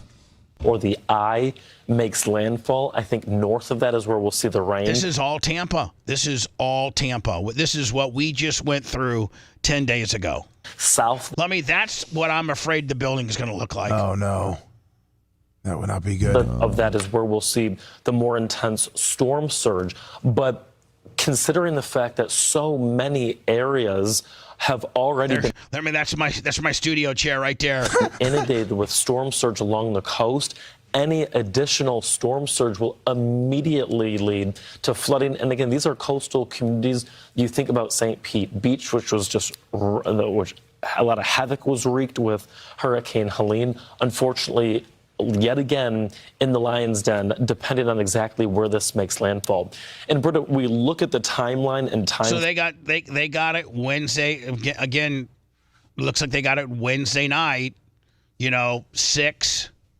6 or so at night is when we're going to, or whomever is going to experience landfall. Hello. Hello. You're on the air. Can you hear me? Bubba. Yeah. Jeez, what a dumbass. The dump is how terrible these cities have been dealing with the trash. They closed the dump all week, man. Yeah, the dump has to take what's... No, the dump's been closed. All week. People are just... They don't listen? No, they won't listen. Did you hear how long it took for him to even acknowledge? Yeah. The reason why the dumps are closed, sir, is because they have to take the stuff that's been dumped and bury it. They got inundated. They only got so many guys with bulldozers and excavators. And when they get 10 times the amount of stuff that's coming into the dump, they can't just hire 10 new dudes to run bulldozers and order 5 new bulldozers. So as all this new stuff is coming to the dump, the reason why they close the dump is because what they do with the stuff at the dump is they bury it. And they have to get rid of... They can only have so much stuff backlogged in order for them to move. So they have to move all the new stuff that's come in before they can open up the dump. That's accelerating the process. I was going to try to tell you why they closed the dump. You dumbass. Looks like we lost another listener, Lummy. Oh, no. Frame. By the time we get to Wednesday and then into Thursday, at that point, it is the hunker down. You are in complete and ready storm mode. Yeah, wherever you are is where you are. And that's exactly now, it. Dan, you said you've made arrangements for your family to be at a local hotel? Yes. And Jay, Steve went to the West Coast. Steve's going to Satellite. So what's Jay doing? He is probably going to go to Lutz. Oh, okay. Lutz will be okay. The Florida. By the way, that's where my sister lives, and she's offered me to go there. It's probably not a bad idea for you. I can't. I got to be here. I got to be here. Okay. Well, if you decide to bail because it's like inevitable, that's a great idea. Division of Emergency Management Director Kevin. She's got my bedroom on standby. I told her I can bring 3 generators if needed. There you go. Guthrie saying that we're preparing for the largest evacuation since Hurricane Irma back in 2017. It speaks to the fact that Seth, what plans have you made? None right now. If it's like Irma in 2017, I went to Atlanta, so I hope it's not like that again. Is that what you're kind of thinking though? Maybe I was just kind of wait and see mode until I came on the show this morning, and now it seems like it's gonna be the end of Tampa Bay. So I'm trying to balance what I'm hearing versus what the next 2 days might actually hold. It's gonna be somewhere in between. So I think that it would be, and again, we're gonna know more each day, but I think it would probably be safe to say that we're not going to be doing a show Thursday and maybe even Friday. So that's tentative. Lummy, maybe you and Rat or somebody whip up a couple best ofs if you can. Yeah, we have best ofs ready. Okay. And get a hold of the affiliates today and say, here's, by tomorrow, whatever, we'll have 2 best ofs. We're not knowing, our fate. If the studio is messed up though, Bubba, can you get the best ofs remotely? What do you mean? Okay, say the studio is wiped to the floor. Can you still get the best ofs to the affiliates remotely without using the studio? Yeah, well, let me already have them downloaded. We'll send them the day before. Oh, you send them a package? Oh, Yeah. okay. I was just curious. I'm not trying to be disruptive. No, they send them. No, I know they send them a data pack of the show. Or directly to the guys, and then they okay. Yeah. So they could even. I mean, it's my understanding that Rhett, Mach, Lummy could even send those from their home. Okay. Get into our server or whatever and get it to them. So Lummy, let's get them 2 by tomorrow. All right. And I would recommend everybody that works here to make some kind of plans. Have some, like I've made plans. I got some. I'm not going to necessarily share my plans on the air, but I've made plans. One of which is to go to my sister's. But I've made plans. My first plan is to come here and maybe try to ride it out a little bit to see whether I'm going to have a place to go back or not. I do have my pickup truck that sits up a little bit higher. Ooh, what are you going to do with the smart car? Is that going to blow away? I was thinking about putting the smart car on the lift. And strapping it? Even though the lift's a little messed up. Can you just still strap it to it? Well, so it doesn't float off? Just lifting it up, 4 foot. Yeah, but you don't want it to blow off either. Well, I could strap it. Just strap it. Strap it to the lift. Is the lift itself pretty sturdy? Yeah, for a smart car, yeah. I mean, I realize you wouldn't put a Rolls Royce on it right now and leave it there, but to get the smart car out of the water, it's sturdy enough to hold that. And probably. Yeah. Hello? Hey, Bubba. Mike, FTE. Hi, Mike. Hey, buddy. I live in Port Charlotte, and just some useless information for you guys. So Charlie hit in 04, and they kept saying Tampa, Tampa, Tampa, and then took a right and went Port Charlotte.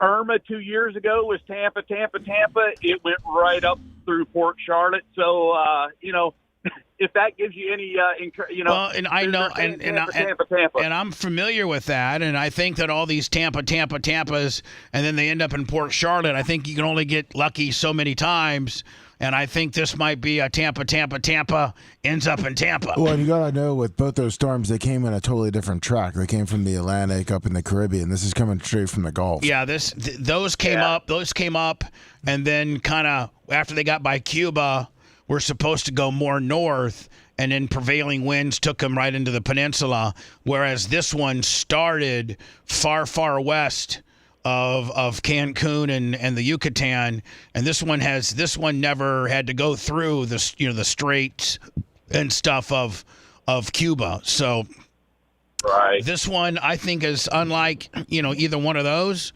So I think we all need to prepare for the worst, because I think this is going to be the Tampa. Well, the telltale is we just need to find out where Jim Cantori is. He's in Tampa. Jim Cantori's in Tampa right now. Jim Cantori's in Tampa right now. Yeah. Yep. Maybe it's time to head to Terrace House then. That's what we appreciate you. And listen, for Thursday and Friday, I can promise you guys we'll have a show. It might be a best of show because don't have the ability to go live. The building may not be here. The building may not have any power. The building may be flooded. So there's a lot of different intangibles. So as of right now, till further notice, we have Thursday and Friday off. We might have the rest of our careers off. We don't know, but we'll keep you. Just keep listening. Bubba Army HQ, obviously, YouTube, Rumble. X, Facebook, all the Twitch, all the places that we are usually seen live. You'll figure it out real fast when it says best of Bubba. Bubba, you guys are the only good thing left. So if it means taking out Bubba in Tampa, I'd rather have it going to Port Charlotte, to be honest. Me too, bud. But I can't. There's nothing I can do at this point. I'd rather have it hit me, man. Hit me, not Bubba. So they're saying it's been already upgraded to a Cat 3. Appreciate you, my friend. Thank you, buddy. All right, man. Good luck to you guys. Thank you. It's already a Cat 3. So it's already a Cat 3. Mm-hmm. You need to be in your place ready and set to go. So, Lummy, do you have plans for your family? Because you have a child, you have a wife. What about your dad? You have multiple. Dad, we got my dad a phone. Okay, hold on. Got my dad a phone yesterday. Oh, that'll save everything. A phone stops water, stops What's your dad going to hold that phone up to the air and say, I'm telling you right now. I cast thee away, you evil storm. Milton, I got an iPhone 12 that Lummy got for a trade-in, Willie. Move! No, it's just a flip phone still. Like Moses holding something to the air, right? Yeah, exactly. He got himself a flip phone? Yeah. A jitterbug? That's it. All right. That's all I wanted. All right, so you got your dad a phone. Do you have plans? Yeah, we're going to be at the Lute's house. Okay. And then my mom may go to the other house. And Seth, you're saying your plans are kind of in flux right now.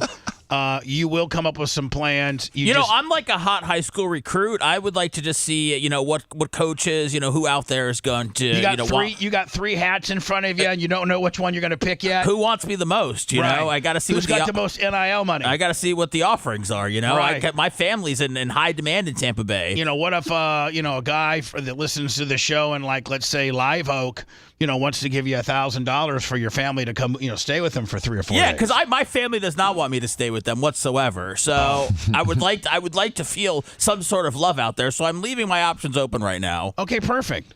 Where's your mom live? What city? Newport Richie. Oh, so that's a potential bad area. Yeah, but she's more Newport Richie inland, I think. Isn't she, Seth? I don't know. Is Newport Richie not inland? I don't think she lives on the coast. Is what I'm saying. There's Newport Richie that's in. So I think she's in. Yeah, that's what I'm saying. I think she's out of Zone A. Yeah, I think she's not in the water path. I think she's Newport Richie in. Oh, I got to find out. Rhett, have you made plans?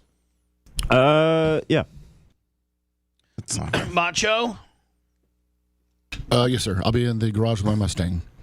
It's concrete block all around and fortified. He's going down with the Mustang. He sure is. He's already been still. You know what? Macho's got an aqua fence next to the Mustang. There's protein powder. There's protein powder. Could you flex seal the corner to the edges of your door and that be adequate?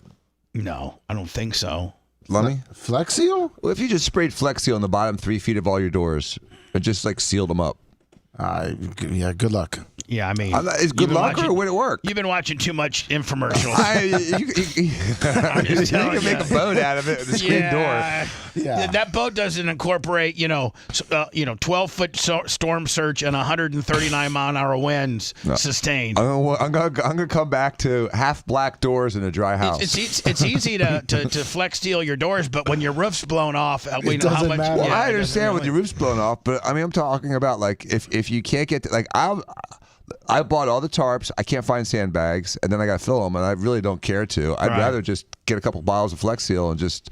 I don't think that works. Dan. Have you thought Spray about that bitch in. Have you thought about hiring a man to be your sandbags? Like have a human sandbag?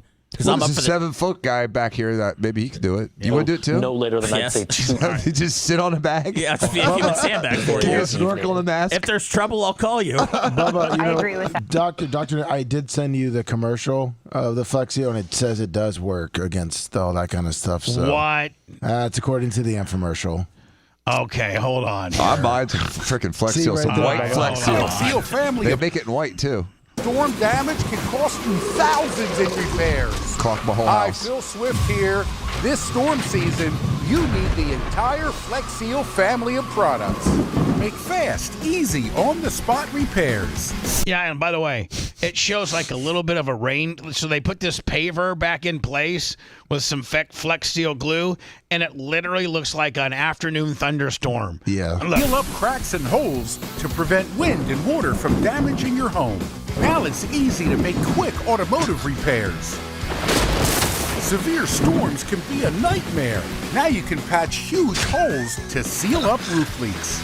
Easily fix busted downspouts and replace loose siding. Floods can destroy your home. Push Flex Paste deep into wet surfaces to help prevent flood damage. Dan literally is going to Home Depot today with his Cybertruck, and he's going to load up every type of Flex Steel known. The tape, the adhesive. I'm buying all of it. With the Flex Seal family of products, you can patch, bond, seal, and repair. Even the worst conditions are no match for the Flex Seal family of down products. power line behind it. He's really put it out there. He should have said, listen, I'm going to put Flex Steel on my shoe, and I'm going to step on this 1 zillion watt live power wire. Watch one. Now, see, I'd buy some then. I think he's giving a false sense of security here. I mean, Dan, not that you've ever been inside of a Walmart, but Walmart, Lowe's, Ace, Home Depot, and Menards. Products at these fine retailers. I'm buying it. I'm gonna Flex Seal my entire carriage house. There you go. I don't. I wouldn't trust it, but go for it. Yeah. Well, I can't get sandbags for 8 doors. I mean, how am I going to get sandbags? They'll give you 10 sandbags at the place, which is up in like North Tampa. I don't even know where to get sandbags. You go to your parks. I mean, it's like a 3-hour wait. I mean, it's like for 10 bags. Yeah. For 10, it's ridiculous. I've got Instead of garbage I could put down there. Force winds would be Tuesday evening. I think probably we'll get a couple more hours than that. But again, you want to be very cautious and you want to have an over-generous amount of time to settle down before everything sets in.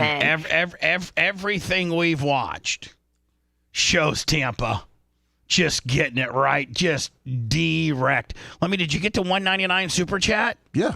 Okay. So we have the stalled front to the north of us, and we're also watching a big dip in the jet stream. At the same time, we have a ridge of high pressure that's building over the Bahamas and Cuba. So this is going to cause a northward tug on this storm. By the way, winds are at 90 right now. Right now, winds are at 90, and it's 2 days away. The question is, how far north does it get tugged? And unfortunately, because there hasn't been great computer model guidance on this, there's a huge spread. And I think that's why we're getting a lot of those comments from Kevin Guthrie from Florida, the Department of Emergency Management for the state of Florida, is because there's such a wide catch. And when you're talking about life-threatening storm surge and an intensity forecast like this, it's literally all over the board. We have computer models runs that are calling for a Cat 2, Cat 3, or some that are calling for a Cat 5. So, having... Usually I'm back here saying, oh, this is weather porn at its finest. They're just keeping you laser locked on their channel because normally Fox weather wouldn't be getting this many. But I got to tell you, man, when they got it, honed in so the consensus so far this early on, and even with Big D Dennis Phillips saying, it's looking like we might take a direct hit. Whew. I mean, so many things go through my mind. Honestly, there's $1 million house that they saved with Flex Seal. We may want to do the building because they did a whole house and they flooded it. And I just sent it to you, and it said that the house was saved. But it may be a couple $1,000 worth of Flex Seal, but Bubba, would you pay $1,000 in materials to save the aggravation and the weeks of work of this building? But I don't think there's anything we can Flex Seal. If you Flex Seal the bottom 18 inches of this entire building to the cement, you ain't getting flooded. I got to throw Macho Man in there. I think the building just will fly away. But I think the building will fly away, and I'll have 18 inches of Flex Steel left. That's all I'll have. The building will be completely gone. It'll be like the outline of a body. Seth will be like, "Yep, I got to step over this little curb of Flex Steel to go to the footprint of what used to be the building." That's what's going to happen. If you want 24/7 on-demand Bubba and the crew, go to BubbaArmyHQ.com right now. The Bubba the Love Sponge Show will be back after this.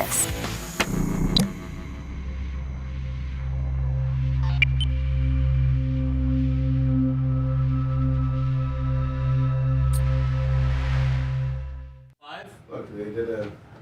He probably is. Let me see if you can find Ron DeSantis live. He's talking right now. I don't know. It doesn't look live, Bubba. No, if his lips are moving, he's lying. Flex Seal flood protection products. You got to get that product out there. Hey, Will says, I use flex tape on my grandma's door on the house, and it worked until the water got above it. Awesome, Cash. Well, it's until it gets flooded. It works up until where it works. So now they make Flex Seal flood protection tape. Listen. Thanks, buddy. You guys. I'll take it with me when I flee. What? Dr. Dan, you're going to get the flood Here's what we got protection. going for us. We're a mile from the water, and we're 16 feet above snow. Yeah, you're not in as bad a position as other people. Right. But we got a pond. Something to see.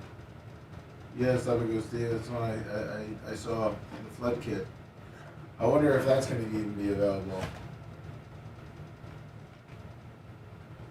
You don't get the caulk, you get the Flex Seal flood protection.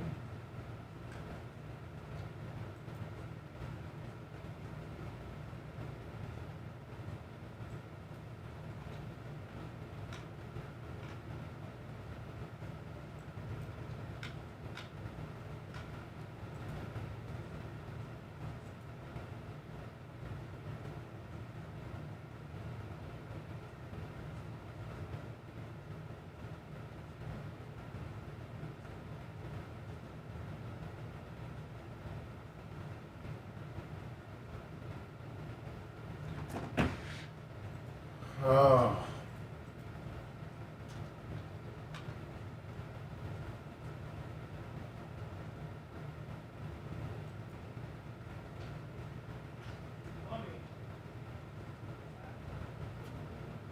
Lummy. Yes, sir. What if I got a trash pump from Bob from Sunbelt, and I trash pumped all the water to the pond over the fucking wall, and it would fucking flood them out and saturate it, but I mean, and it eventually might end up back, but it would take, right? We'd have to go to the front part because there's that black tube, so we'd be pumping it right back in there. That property flows into that black tube, so we'd have to put it to the street. We don't have enough tubes for the amount of hose. They would have to bring us enough hose. Yeah, because I realized that when I was wondering where that black tube was, and the way that the land is over there all flows to that black tube.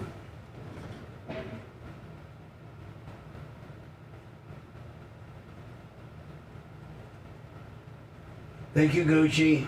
We could technically flow it out to the. Thank you, Gucci.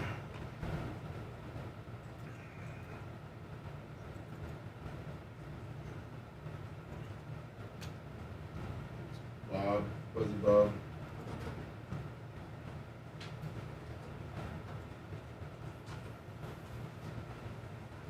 How's my little rumblers?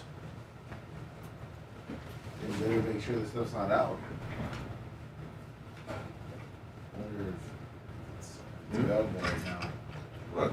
That material? The Flex Seal flood protection products. Oh, wow. It's its whole line. No, I'm saying I wonder if You like Gucci, you like that pick, don't you, buddy? I wonder if you can get it. Dan's your office? Like, your office is right by the water, right? It's way up high. Oh, it's high, okay. Really high, yeah. Because it goes, I think it's like 50 feet above Oh, because sea there's the level. parking. Like, you got parking garage, right? No, I don't. But if you look at the street, it goes straight down the bay shore. I mean, it's got to be 40, 50 feet high. Oh, Our wow. law office is like 55 feet high or something Really? like that. Yeah. Jeez. It's built up. I would have thought it was like right parallel with the water, but I guess thinking about it now, you got to go down a little bit. Yeah, it's a decent. If you roll the ball from my office, it'll go all the way down the bay shore. Dan, it's in stock. Where? At Home Depot. I'm going to Home Depot today. $100 for 6 9-ounce cartridges. You can get the starter kit. All right, well, I think I'll just get a tube of Silverdine and be on my way to Atlanta. Silverdine's the best. If you had one drug, man, that's the one to have. That's it. And what are you going to do once you get to Atlanta, big boy? Oh, but, I'm going to wait it out until somebody calls me to be on the radio show. I heard they're giving migrants free stays at the Omni. So all the yellow shit's flood protection. Maybe you could go on Survive.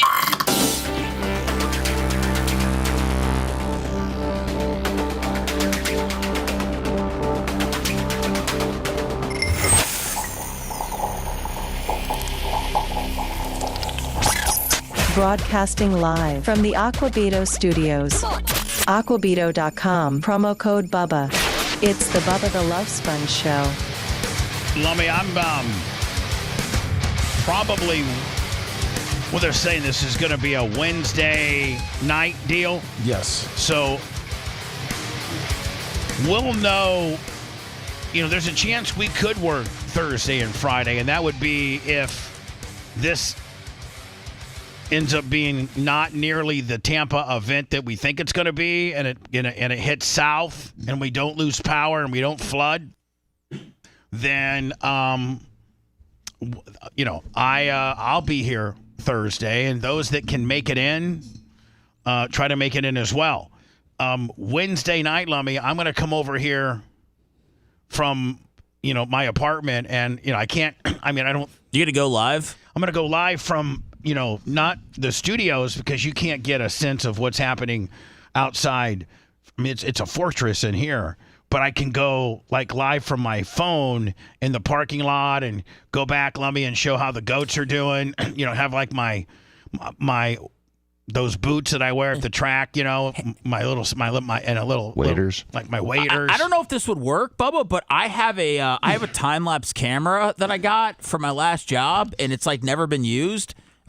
Is it something that we'd want to put outside for the storm? I think so. Okay, great idea. Or maybe for the goats. I'll bring it in. We can figure out what to do with it. It doesn't look like it's an outside one, but I'm sure we can figure something out. Okay. What type of distance does it have? I don't know. It was $200 though. Okay. So I think it was one of the better ones. Maybe you could bring it in, and we can figure out what it would be. It would be cool to, even if we put it on the front door or wherever. Yeah. But yeah, just bring it in so we can see what its limitations are. Okay. And they might have. Is it like battery? Is it like a GoPro kind of deal? Ish. It's about the size of a GoPro. We might be able to. Yeah. We might be able to buy a waterproof casing for it. Okay. And that's the case, Lummy, we could maybe.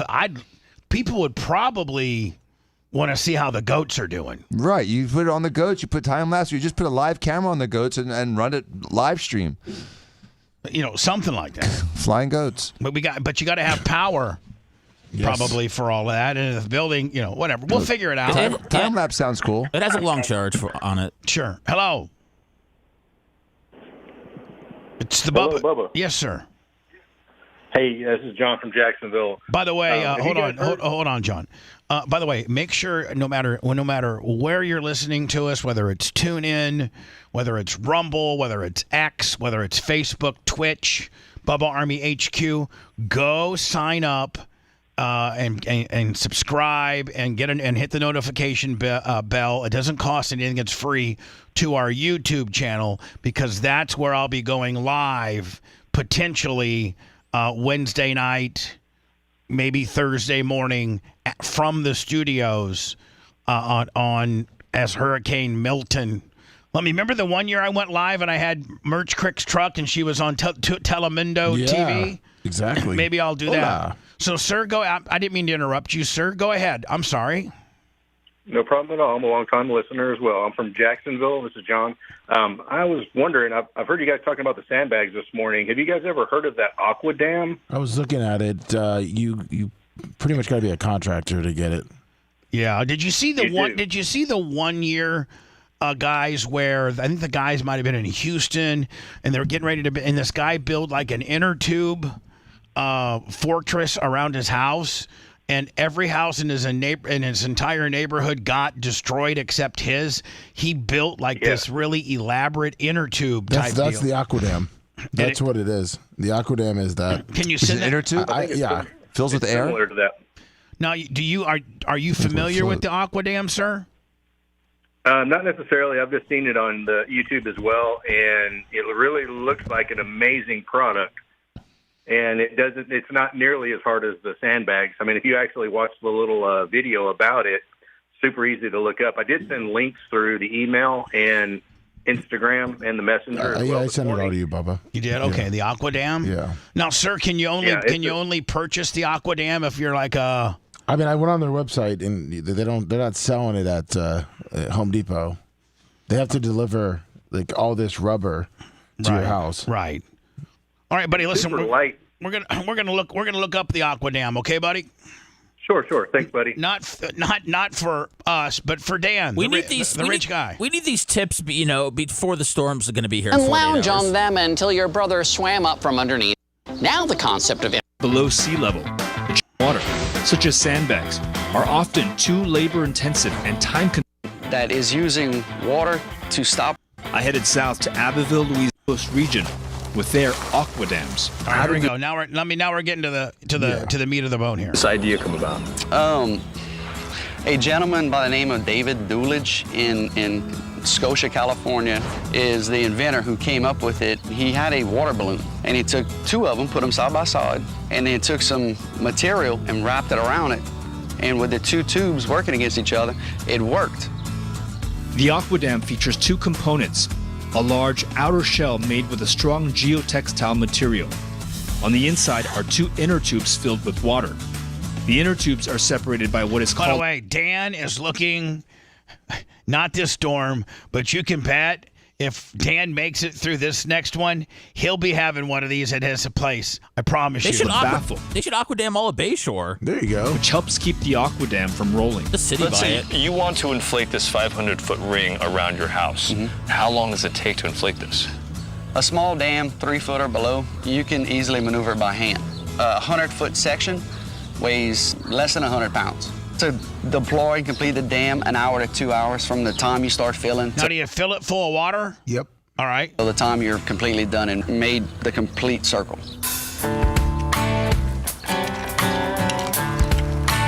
That's a lot of work. The Aqua Dam is actually a series of smaller dams connected together using a patented collaring system that forms a tight seal when filled with water. This is your collar right here.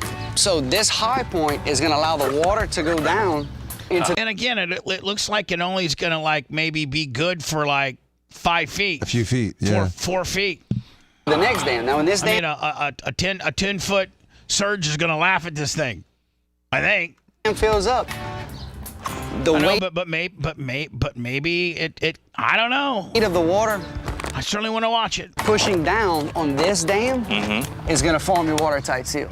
And then when you go all the way around, the sheer pressure and weight pushing against the other side is going to basically take this dam and squeeze it together. And it's going to lock in. It only took a few hours to surround and fill this 3-foot-high Aqua Dam, which can hold back 2 feet of floodwater. And how does that compare with using sandbags? How does that compare to a 12-foot storm surge? That's what I was kind of wondering. Is it knocking down to 10? I mean, right? Yeah. Imagine a 3-foot tall, 7-foot wide berm around this home with sandbags. I mean, you're looking at in excess of probably 5,000. 5,000 bags trying to fill up wouldn't be fun. The AquaDam has been used in both small and large-scale operations and is designed to hold up under many adverse Should we put conditions. this on the Amazon wish list? 100%. Even a correspondent strolling on top of it. See, now you walked on water. Now you walked on water. Let me. Meanwhile, show me the Tampa General AquaDam, which, Dan, I think is 10 foot tall, maybe taller. And I know that Davis Island of this area, the Tampa Bay area, Davis Island was where Jay lives. Now, Jay's house is fairly new and is built to code and still suffered damage.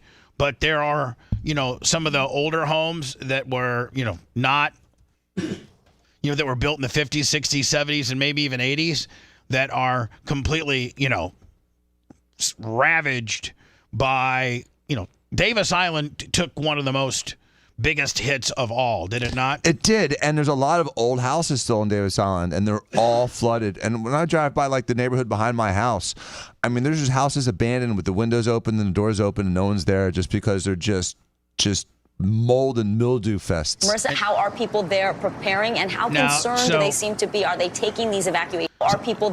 So let me just tell you this. And Dan's a doctor, he'll tell you, one of the best hospitals in all of Florida is a hospital called Tampa General. It is it's the highest level trauma.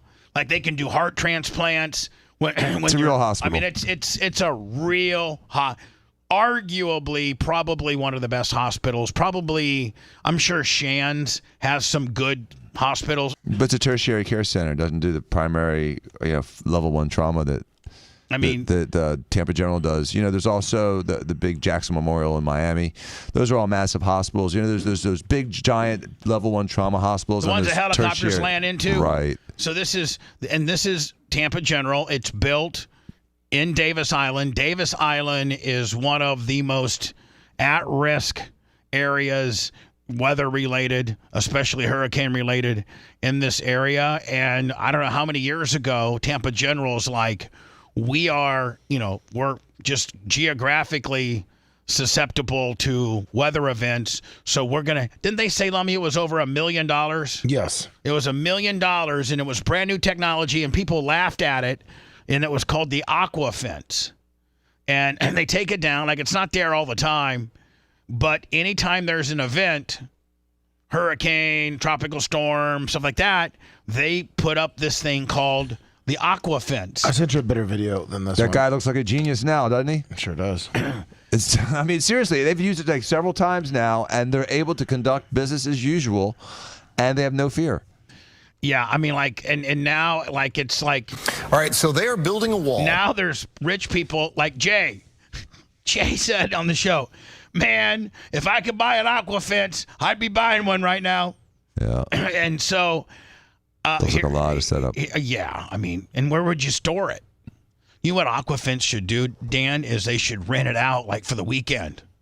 Well, that's what we've talked about Sunbelt doing something like that, getting the capability to build something like this around houses. If they went to Jay and said, listen, Jay, it's $10,000 for us to put this thing up until the storm's over. Jay would say, bitch, I'll take it as fast as you can get it over here. Yep. Right? Mm-hmm. I mean, That's your deductible.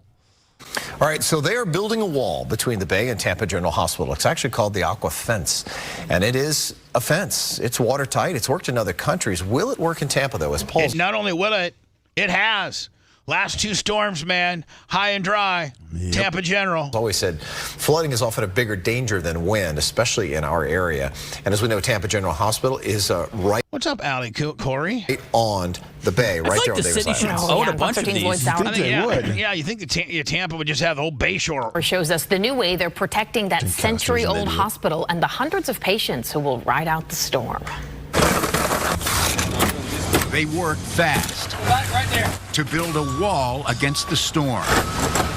It takes 3 full days for our team to set it up, about 60 guys. It's called the Aqua Fence, 1,000 feet long, 9 feet high, designed to protect Tampa General Hospital from a 15-foot... And you can see Tampa General Hospital is right on one of the, inlets. Like, I mean, as far as one of the... Hillsborough River, the actual, where it feeds into the old Tampa Bay. I mean, that place goes up in water height quickly. I mean, You should see the penthouse. Storm surge. We're a 100-year-old hospital, and we're right here on the bay. We can't evacuate. There's not enough hospital beds in the region to take our patients. At a cost of $1 million. Dan, I wonder if they own it, and then every time it... Yeah. But what I'm saying, I wonder how much they have to pay 60 guys 3 days to put it up. It's worth it. Each time they put it up, they improve it. But the real force that holds it up is when floodwater piles onto the horizontal base.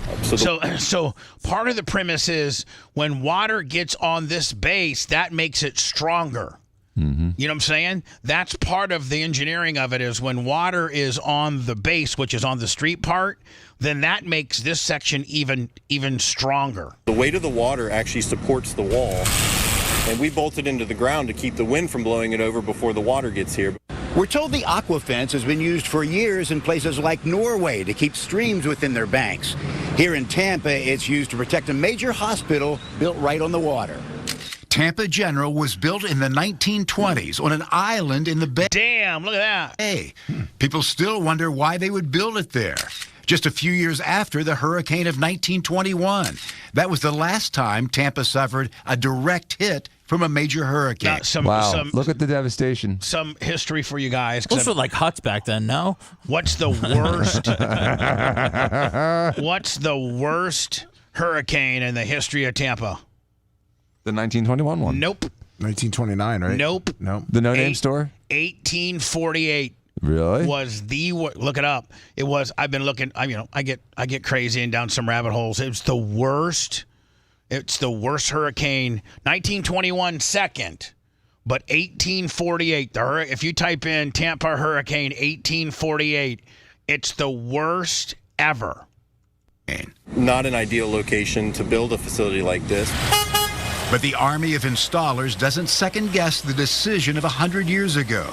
They drilled wells in case city water fails, with backup generators, trucking in... Look at that. Hold on. That generator looks like it could power a cruise ship, doesn't it? Holy cow. Look at that thing. Looks massive.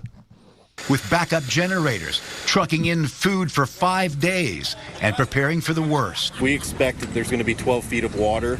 We will move all of the patients and staff up to the upper floors. It's actually safer to keep them here than to transport. At this hospital on the bay, they build a fortress against the storm.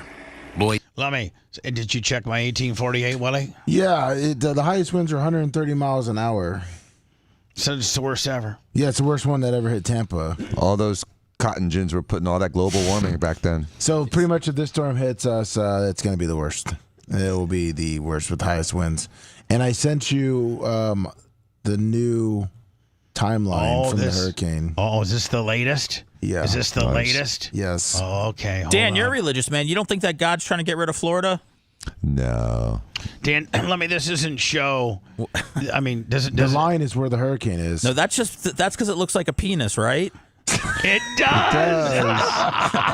And there's his head of it right here. I think that's. Why did they draw that there? Why did that? I don't know. I think Lummy was trying to trick you. Because that's just another. There's Bermuda. Oh, it's just the name Bermuda, so it just looks like it. That's Bermuda. Looks like that little groove and underneath. then that's just another line of where it will be after Thursday at 8:00. Sure, Trump didn't draw on this one. So, Lummy, where are they saying here? I mean, they're saying Wednesday morning it's going to be now. Wednesday.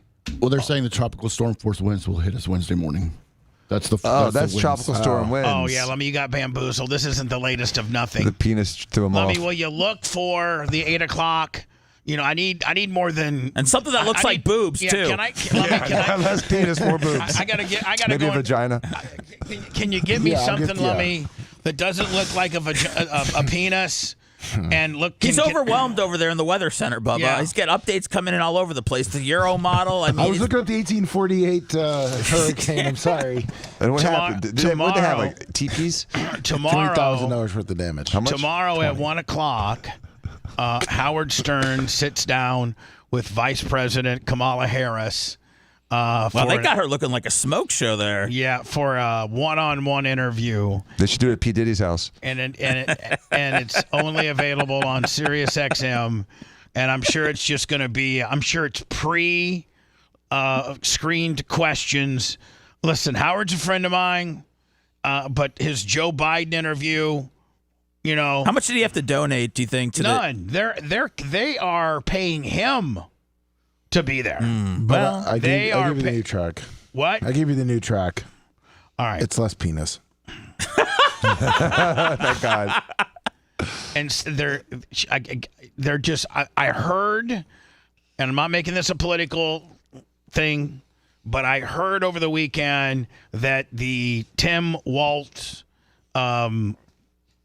SNL missteps during the debate where he said he was a knucklehead and he made a bunch of mistakes. That in conjunction with Kamala is getting her ass kicked on men. Men are jumping off her bandwagon because she doesn't have, and I'm just telling you what I'm reading and why they're scrambling. Trump's in Butler, Pennsylvania with Elon Musk. Trump's at ball games. Trump's was in North Carolina 2 days before she was. Trump's out and about, and what you know about Trump is what you get with Trump. She, on the other hand, I guess where she's lost a lot of her base are men. Mm-hmm. Men that don't buy into her word salad economic plan. That's where she's gained a ton of women, but she's lost, and supposedly she's lost a lot of Latino men. And that's where the latest numbers that I saw over the weekend. So she's trying to massively scramble. Oh, she rolled in Magic Johnson. What do you mean? I guess yesterday or something. Over the weekend, she rolled in Magic Johnson to go out and speak for her. Oh yeah, that was bad because people were saying Magic Johnson should not be speaking about what it is to be a man when he went out and got AIDS and his son wears a dress. No, I didn't say that. That's what people said. Yeah, I saw that too. Want to listen to the show on demand and on the go? Enlist today at BubbaArmyHQ.com. Sign up and start listening. The Bubba the Love Sponge Show will be back after this.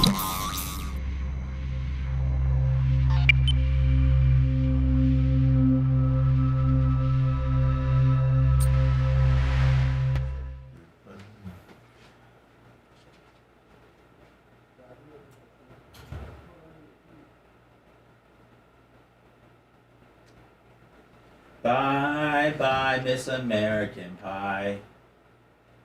Drove the Fusion to the levee, but the levee was dry. The Fusion died, and then I cried. This will be the day that I cry. This will be the day that I cry.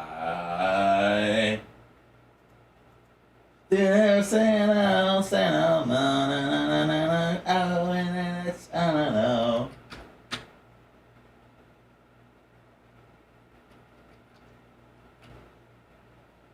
Oh, man.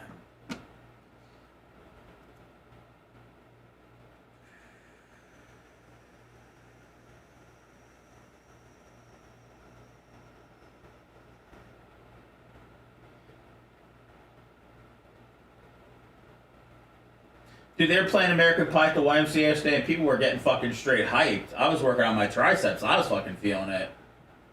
I said, I did not know this was going to be this was going to get the blood pumping. But if you hear it from start to the end, then it'll get you going. Anybody with Hurricane Helene. So now we're facing a strengthening Hurricane Milton gets there because as we What up, 69 Johnny, Grouper Lips, Paul, Timothy.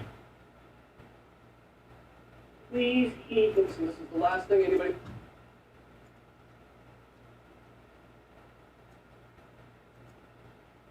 What up, Tease? Man, they got airbrushed the shit out of Kamala. We're gonna be okay. We're gonna be alright. We gonna be alright. Alright. We're stronger. We gonna be alright. Less watery. And It's all right, Mr. M. I blame my parents for moving me to Florida. That's why I like to stay with them during hurricanes and ask them why. Why? They couldn't take the cold in Chicago? Your parents don't want to be together during the hurricane? What's that? My dad refuses to leave the house. What up, Alan? Come on, still? This time? It's already... What the fuck's he saving? Upstairs, I guess?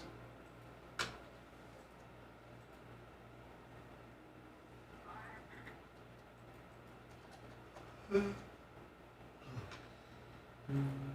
time he evacuated was Hurricane Charlie. Guys, we're going to be okay. Just put your shekels away in case we lose it all. Dude, the advisory, the wind went up 5 miles an hour and the pressure went down 9 millibars in an hour. That's a lot. That's called What up, rapid. Brian? That's rapid. I drove my Fusion into the levee. But I also sent you that Windy app that you used last year that you liked. Windy's what I use. Jay. Good morning. We use Windy for surfing. It's very reliable.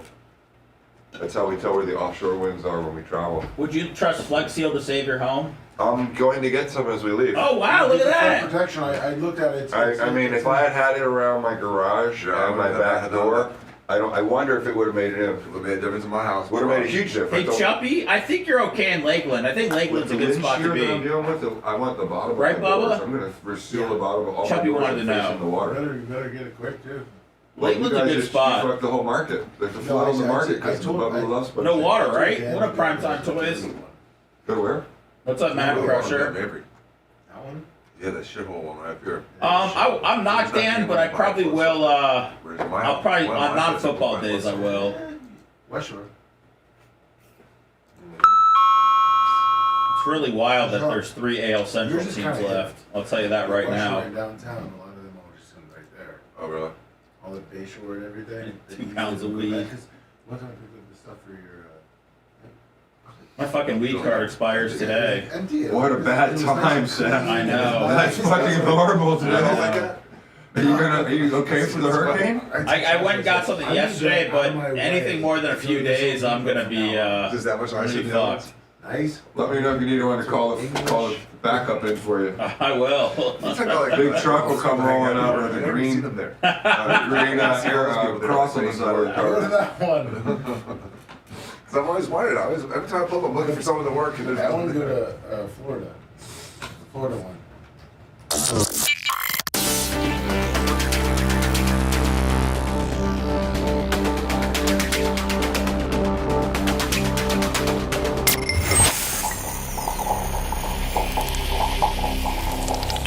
Broadcasting live from the Aquabedo studios. Aquabedo.com, promo code BUBBA. It's the Bubba the Love Sponge Show. Jay Diaco has joined us. Good morning. Jay probably was most affected by Helene. Lost 3 cars. House almost burned down. Mentally affected as well. Still mentally affected by it. Lummy, you've sent me the Windy app, yes, which I love. I just forgot how to use. Oh. I was able to pinpoint kind of like where I think our location is. You can zoom in better, Bubba. All right. How do I do that? Do you have a little tracking ball on top? You should be able to just track it in. Yeah. Oh, okay. Look at that. All right. So let's go like that. Yeah, but you're now in the wrong area. Well, he's going over. No, I'm not. I'm right. need to be able to see what's coming in from I'm worried. I'm doing the studio. So the studio, if this is the Howard Franklin. Oh, yeah, you were close. This is about where we are. Yep. Mm-hmm. Maybe a little closer even to the water. I think it's a lot closer to the water. If you zoom in, Bubba, they'll show our street and building. Okay. Yeah.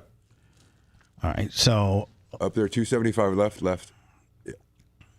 Keep going left towards the bridge, towards the water, right there. Yeah. Okay. Boom.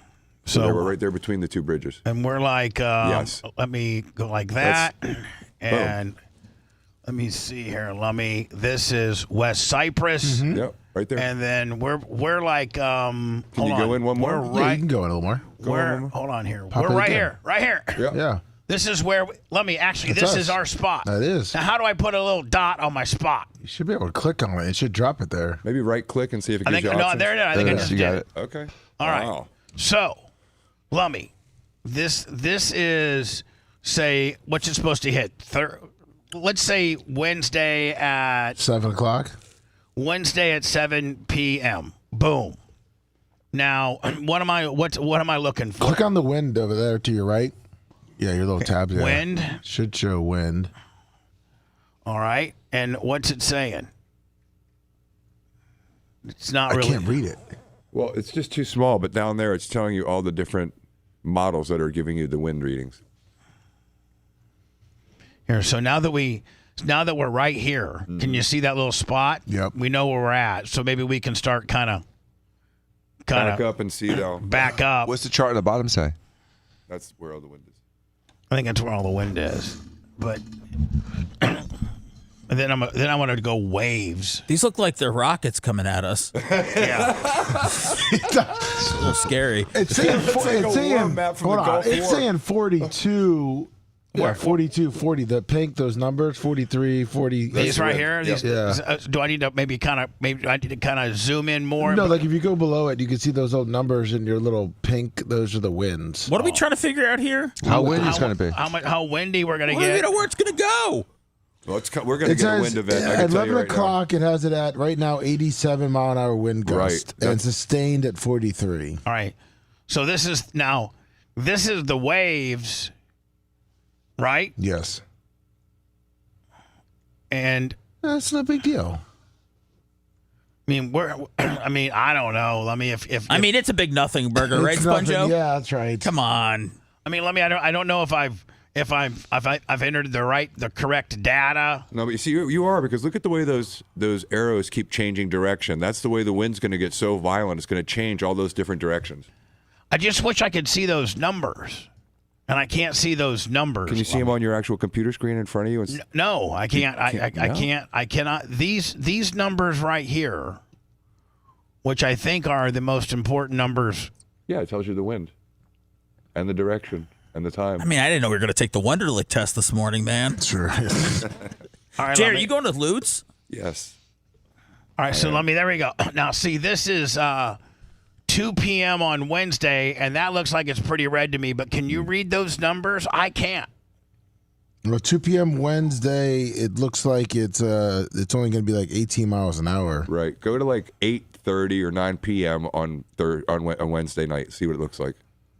Because that's when it's going to be hitting us. Oh, what's Look at those. It's saying 43 sustained, 43 and 85 wind gusts. Keep going slowly but surely to the right there, like hour by hour. That it's only going to be 85 wind gusts. All right, what's that say, Lummy? That's purple. That's purple. That's bad. That's 1 in the morning. Yeah, that's showing over 100. That's Thursday morning, 1 a.m., Wednesday night, Thursday morning. So it's showing 100 mile an hour winds? Yeah, wind gust. Okay. And then is it, and it's still. Look at all the different directions it's coming. And it's still. I'm still confused by this game. Are we going to live or die? By this game. Lummy, I wish it. Back in the day. Just buy a snorkel. Back in the day, when I used to use it, it was a little bit more easier to understand. I think the problem is, Bubba, that the models are so non-congruent and so different that they don't even know what wind's coming. They have 4 different directions from 4 different models at the same time. So they don't know yet. Look how confusing it is out there. Just like you said, it's like This is not made for a guy like Bubba to go through. No. Where's Pity when we need him? It did work. The last time I used it, I was able to dial. Go to menu. Okay, hold on. Please go to wind gust, Bubba. All right, hold on here. Keep going to wind gust. Wind gust. Yeah, Okay. and then go back to our little spot and then click on the little arrow. Okay. Go back to Tampa. Okay. You know, real meteorologists are laughing at us right now, right? This is what they're using. Yeah, but they do it like off the green screen.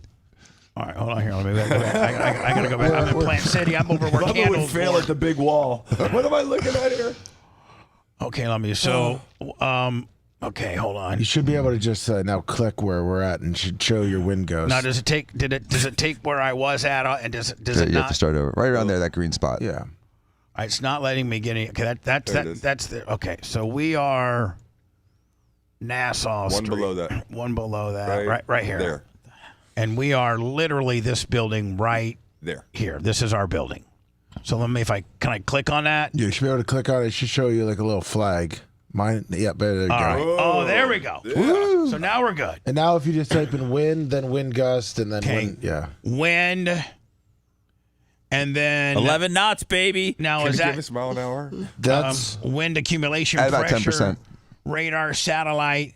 We want waves, don't we? I mean, we want storm surge, don't we? Rain, thunderstorms, new snow, clouds. Oh, if you keep going down, you'll see it. Waves and swell. Waves. Do you want swell 1, 2, or 3?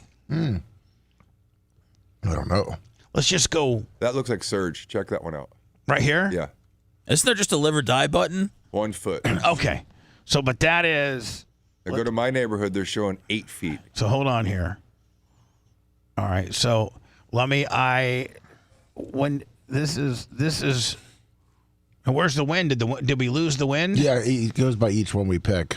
So you got to keep wind or waves. Let's go. Let's go wind. I think wind's my first. Yeah, concern. you only got a foot of wind is the the bigger concern. I think. Here. 8 knots.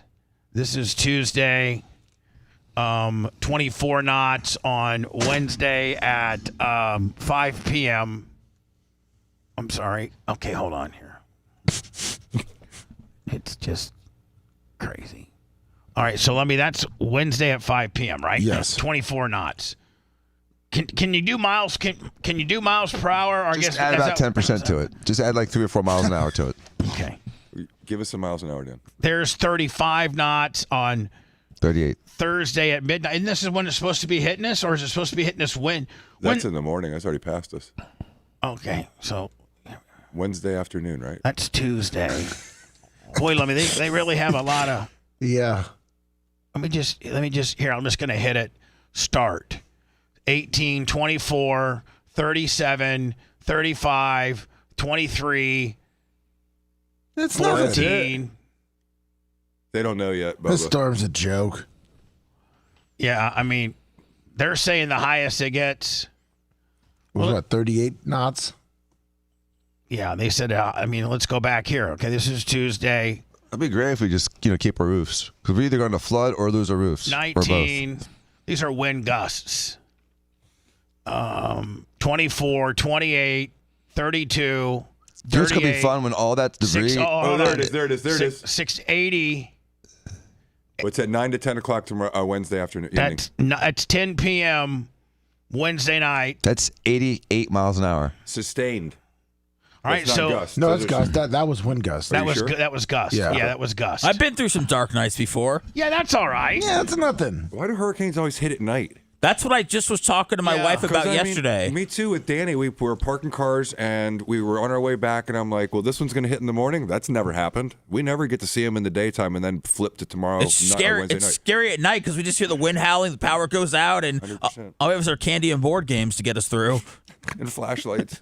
So, this is the latest Hurricane Milton track advisory from the National Weather, the National Hurricane Center or whatever. Yes. And it has now Wednesday at 1 o'clock. It's still off the coast. It's still, Dan, doesn't it look like it's still maybe trending a little south by that? Yes, but again, it's, As lifelong we're not going to know for another 24 hours what the hurricane's going to do. Like tomorrow. It's got to do too much moving around. Tomorrow at this time, we should know a lot more. No big deal. Storm fatigue that we have from our previous major hurricane strike not less than 2 weeks ago, that being, of course, Hurricane Helene. So now we're facing a strengthening Hurricane Milton, now is a major hurricane with winds sustained at 120 miles per hour. And notice clearing in the center, we call that a pinhole eye. And that means that this storm is continuing to organize, strengthen, basically the bottom falling out within major Hurricane Helene. The reason for this updated information from the National Hurricane Center, because as we speak, the hurricane hunters, their job to fly within the heart of the storm, have found a central pressure of roughly 954 millibars. So again, the lower that number, the stronger the storm. They're also finding winds coinciding with Category 3 strength.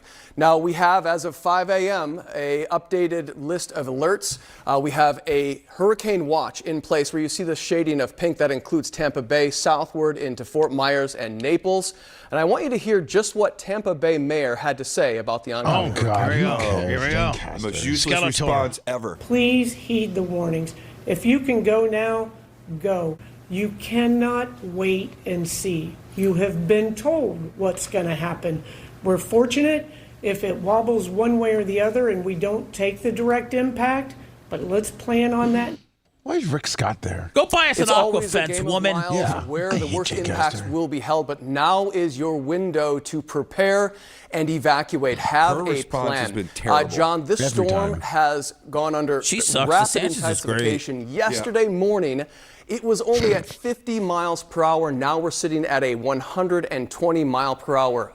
Again, this one got it skewed a little south. Yep. Still. Monster of a storm. And this is really Look at that, crucial. 8 to 12 feet. There you go. That's what scares Jay and Dan. We had 4.88, Bubba. It was a record. That's what it was. You had 4.8 on Davis Island, and it pretty much houses that were built not as new as yours didn't make it. Anything that's my house was built in 2001. So if this one comes in at 6 feet, every house that's 2001 or older is gone too. Crucial information here. What's about the max you can, based on this last one being 4.8 and it getting into the garage and damn near up the first step? What is your 6 magic? foot. What's your magic number Yeah, where 6. it starts coming into the kitchen? 6 foot. You too, Dan? Yeah, I think it's 6. Initial storm surge forecast for Tampa Bay, 8 to 12 feet. Oh, my God. That actually eclipses last week or 2 weeks ago Hurricane Helene storm surge values from a storm that was west of Tampa Bay, and that set record values for this area. They are still in cleanup mode. It's already raining there ahead of the storm, so flash flooding is going to be a major concern as well with this storm. Wow. Prime Big Deal Days is coming up. Wow. All right. Good stuff, man. Yeah, it puts me in the mood. You're about to go get some Flexio. You know what thing about it is? There's probably none left. There's a mad rush. According to their website, there's still some cases left. Hello. Yes, sir. Just want to throw out there. I know boy Kevin Hazlett has a Rivian, and I saw a thing on the internet. I tagged y'all in it. It was the Rivian floated like 1.5 miles down in North Carolina, Asheville, and survived, and the guy's driving around and made a video. I'll tell you, man, they're going to start selling electric cars that double as duck boats here in Florida. Where, you know, y'all have a good one. All right, see you later. Right? I mean, I think this is going to have an adverse effect on electric vehicles because all those people that have no power, you can't bring a can of electricity to them. All these people that had fires that didn't have their cars plugged in. I know there's a whole lot of people second guessing EVs on Davis Island. Yeah, and but all Jay, you around had a Tampa. fire and it wasn't an EV. But I'm just saying. I know. What does that have to do with an EV? We're talking about EVs. Let's talk about the dangers of batteries and salt water. There's a huge golf danger. carts, Yes. cars, Electric bicycles. electric bicycles. They all have lithium batteries. A Those lot of them have little lithium batteries. Bubba, I sent you what Dr. Dan and Jay should buy. They had these in Dubai. this is what they need to buy instead of arguing right now. Exactly. Dan, are you leaving your Cybertruck behind? I'm going to take it with me I and hope park it so. in the parking garage. Yeah. There you go. That's what Jay and Dan. Dude, So hold on. So it's an inner tube that you put your car in. By the way, all the poor people are dying on the roofs right now, Right. but this is good. This And is nice. Dan's gonna be actually creating a wake down Bayshore, going over to Jay's place. Yeah. Look at that. It's like That's a Bentley, a Rolls Royce. You drive your car onto this car inner tube, and then it's got a little motor on the back, Emergency car boat. little Mercury, 80, that just, So, that's creating a wake is pretty dicky. You think Dan cares about the wake he's going to be throwing back, man, when he's got his car boat? There's Karen. car boat? Dan's got to buy a car boat. It's awesome.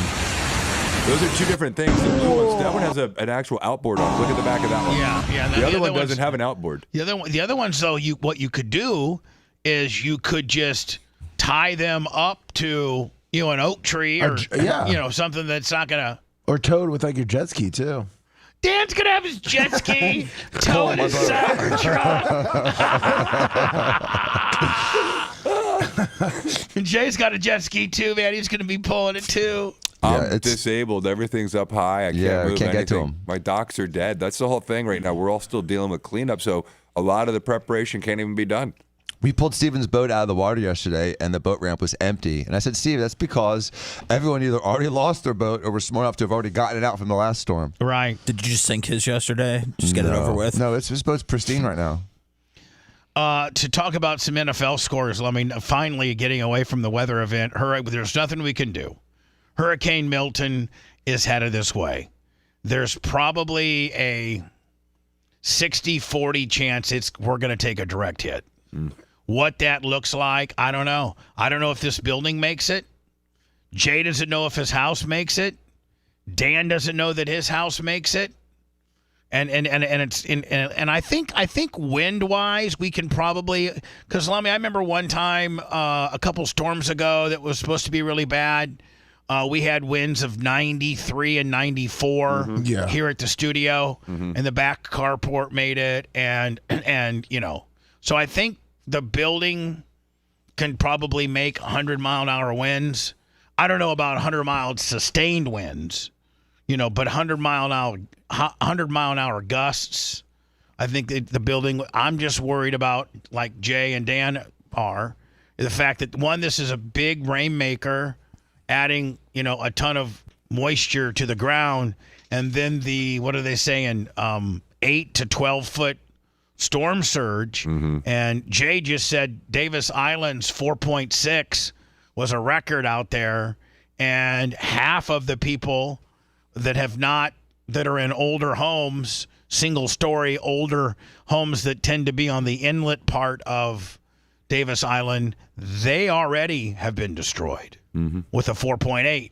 Now, people that have built, fairly new up to code, they probably can't take more than 6 foot.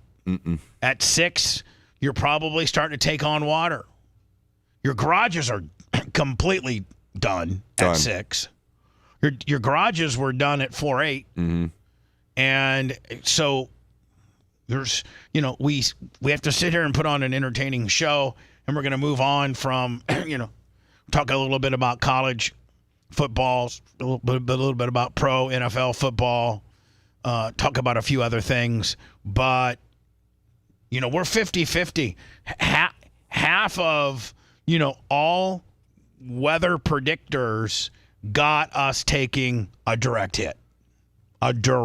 hit, like it hitting Clearwater Beach. Like Helene it was mostly a water event for us. If we had water and wind, which is what this one looks like it's going to be, but double the water. That's the thing. Like, this is all of the wind that we didn't have and double the water. Right. And we've never had both together in our lifetime, Bub. No, last time that we had an event that was a direct hit was 1921, and prior to that was 1848. So we've had since 1921, we did have that no-name storm, which was like a hurricane. It just was the wrong time of year, and it had 80, 90, 100-mile-an-hour winds with a 4 foot. That hit Hernando County. My dad. It did $150,000 of damage on my dad's house. So it was a devastating storm. The no-name storm hit Hernando. Yeah, the landfall. Bubba's right. The landfall was in Hernando. Yeah, right. Your dad living in Carrollwood at the time he lived on open Tampa Bay. Same place. Okay, got the bands decimated from that, but the direct hit. It's where Gary Grubbs made all of his money because he had a emergency management, custom clearing system back in the day. But I think the eye of the no-name storm hit Hernando, and then obviously affected as far south as St. Pete. But Dan, you've lived here all your life since 1966. Did you? 70. Okay, you got here in 70. Where did Arlene pop you out? Philly. Philly? Mm-hmm. So I was in Florida by the time I was 4. All right. Go Phillies. So Jay was born here. Mm-mm. He was in Philly too? Yeah, they moved here when I was about 1. Yeah. Go Phillies.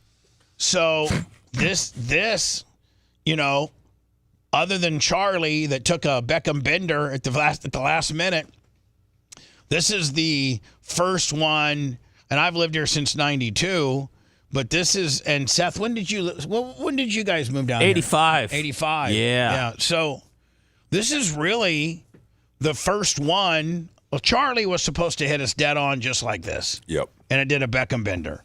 Mm-hmm. And this is, this is the first one in a long that I can remember that is like Tampa is the ground zero of getting hit. And, half the spaghetti models got it hitting us, and the other half got it going a little bit You're south. saying Charlie was that storm? Oh, yeah. No, what about that Irma, man? Well, yeah, but Charlie was probably 10 years before Irma. Yeah. And it was literally coming directly for us, and it took Just a like jog this. right at the very, very, very end. In to fact, the it even east. got closer to us, Seth. It Way got closer. like within 100 to 150 miles, and then some big, I don't know, man. I don't remember how it went away. Was it a low It just pressure? wobbled. It just wobbled to the right. Because It just hurricanes are reformed unpredictable. reformed an eye. Like a 5-degree wobble, which then continues to intensify as it wobbles. That 5-degree, Dan, turned into 7 degrees, turns into 150 different miles from where it's going to hit. And then it crushed Orlando. Semi-auto glass, Travis, $100. Thank you, my friend. I lived in Orlando. Bartow got 3 hurricanes that year. Yep. Right through the eye. Went through Bartow. Various NFL scores. I watched the Bears game. I got to tell you, man. Ass Bucket City. Caleb Williams, though. He's an ass bucket. You think he really is? Yeah, we said that week 1. I'm rolling with it. No, he's an ass bucket. Okay, be a dick then. Go against me. I'm going with you. He's quoting you. You said he was an ass bucket. Week 1, he was an ass bucket. Let's keep week the same energy. Week 1, Caleb Williams was an ass bucket. Let's keep the same energy all year about Caleb. It's looking like he was the biggest bust since Jamarcus Russell because he painted his nails and he cried once and he had a rough first game ever of his career. Well, I'm glad nobody's allowed around here to change their mind now with you. Not on Caleb. Well, I can. Joe Burrow had a good game. He did finally with his frosted tips. Did you see I his don't frosted like the tips? frosted. Yeah, it's so cheesy. Jets whip that ass. I'm sorry. Vikings whip the Jets' ass. Vikings are undefeated, fellas. I got to tell you. 5-0. Mm-hmm. Bears over the Panthers. Ravens and the Bengals go to a shoot. I watched the end of that game. What a shootout. I mean, the Commanders are strong. Commanders. Where's this 4-1. Dolphins over the Patriots. Boy, Deshaun Watson. Do they bench him? No, they said they weren't benching him. I think that they have a lot more issues than their quarterback. I don't really think that they're overflowing with talent, but Deshaun Watson is just not working out. But I don't think he could put $70 million on the bench. Yeah, but he's a cancer too. I mean, does a GM lose his job over this? Who pulled the trigger on to make this deal? The owner. Oh, the guy who used to own all the Flying J's and stuff like that? Yeah. So the owner's the one that. So at the end of the day, man, you can't fight. But the GM could take the fall because how many owners? How many times you ever seen Jerry Jones say, "Well, I made a mistake on that one," or did he just fire McCarthy? Well, no one ever had a fully guaranteed contract in NFL history, and he got $200 million guaranteed. He screwed up the whole system for quarterbacks. Yeah, he did. That's what every quarterback wanted. So, I mean, he screwed the system out, and now he's screwing the Browns. I just don't think that this is something they can move on from quite yet. The Commanders got that ass over the Browns to 34-13. Old man Joe Flacco. What's that? Is the quarterback from Florida, the Anthony Richardson guy? Is he a paper tiger? He's hurt. He was hurt last year. Yeah, they hurt his hip. And they had Minshew in there. Remember? Yeah. Now they got Joe Flacco. Colts had about 9 guys that were out yesterday too, including Jonathan Taylor. Except Joe Flacco, man, looked like a Super Bowl winning quarterback in the fourth quarter until he didn't. Yeah, pretty much. Jaguars get their first wins over the Colts.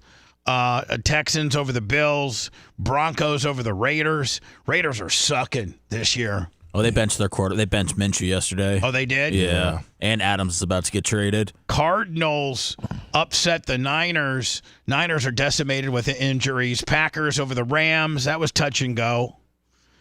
Jordan Love looked good, though, with that avoiding the safety. I mean, that's, you got to be pretty, savvy. You got to be savvy to avoid the safety. He's trying to be Brett Favre, but he's not Brett Favre. Don't take the 2. Get the 6. Hello, who's this? Hey, good morning, Bubba. How are you? Good. Big Hands John. What's up, Big Hands John? By the way, Giants over the Seahawks and the Cowboys beat the Steelers. 2-hour delay, I think, on that Steelers Sure game. was. Horrible. Was there really? Yeah. Like for weather? Lightning. The game ended at 1 a.m. Little lightning. They can't go out there and play. Big Hands John, what do you got for me? Pussies. I just wanted to say you guys have been great on the show, man. I hope the weather doesn't affect you too much. I think I'd be more concerned about all this debris that's laying around that's going to be flying around at 80 miles an hour. Yep. My next door neighbor's entire house is out, John, right now in his front yard. I just called him. I'm going to help pay for somebody to come to sit. So what I was going to say about the mayor. Set it on fire today, Jay. The mayor has done the most pathetic job with the cleanup. And there is so much debris, and I'm in whatever, supposedly a nice neighborhood, and you look around all these other neighborhoods, it's really a travesty how poor this administration in Hillsborough County is because if you go down to the beach area, they pretty much got a lot of that cleaned up. Jay Castor's a joke. Yeah, there's still a lot on the beach that still is going to come that way. I would have had all hands on deck, man. All city workers on deck, man. We got skid steers and dump trucks, and we're going to get all this up. They didn't even take all the trash cans up. Last week we had the recycle cans. Had 2 recycle bins. They left one. They picked up one and left one. Like they're only picking up one per house. They went through my neighborhood and left homes. It's pathetic. And Jane Castor's like, yeah, well, you should have voted for that extra tax for the stormwater drainage, which wouldn't have done a damn thing for this storm or future storms. It's for rain. It had nothing to do with floods. Stormwater drainage has to do with rain. Stupid. Big Hand John getting all Dan fired up about our mayor. Nice job. Big Hands John. She can't paint all her nails. It's the truth, man. It's the truth. Good. Nah, she's a hoe. You right. Good talking to you, Johnny. Appreciate you, bud. She gets you guys be safe, man. All right, man. She gets 10% off. And then in college, the biggest upset, Vanderbilt upsets Alabama. Wow. And then the students of Vanderbilt tear down one of the goalposts. Jeez. And they walk through Broadway. all of the major road in Nashville, which is Broadway. They had to shut it down and get the cops involved and everything. They threw it in the Cumberland River. Talk about Talk about that. That's probably one of the biggest upsets in a while.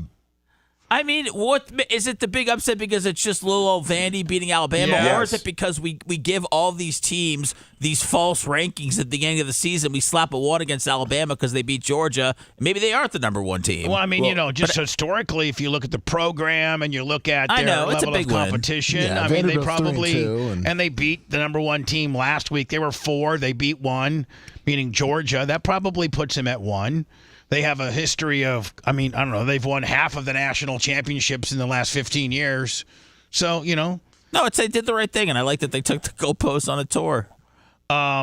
Oregon beats Michigan State. That's not enough. There was a lot of upsets. Let's just talk about the upsets. Tennessee gets beat. Number 4 Tennessee gets beat by Arkansas. That was a big game. Let me see.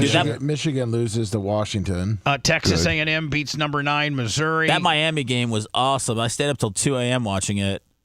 Number 10 Michigan gets beat by unranked Washington. USC loses to lonely Minnesota. And let's not forget about my Indiana Hoosiers. Yeah, coming up. That are now 5-0, maybe 6-0. Wow. They're 6-0. 6-0. Wow. Incredible. But still unranked. They're ranked. They're ranked 21 or 23. They'll be probably 20 this year or this week. But they still got Ohio State, Purdue, and Michigan.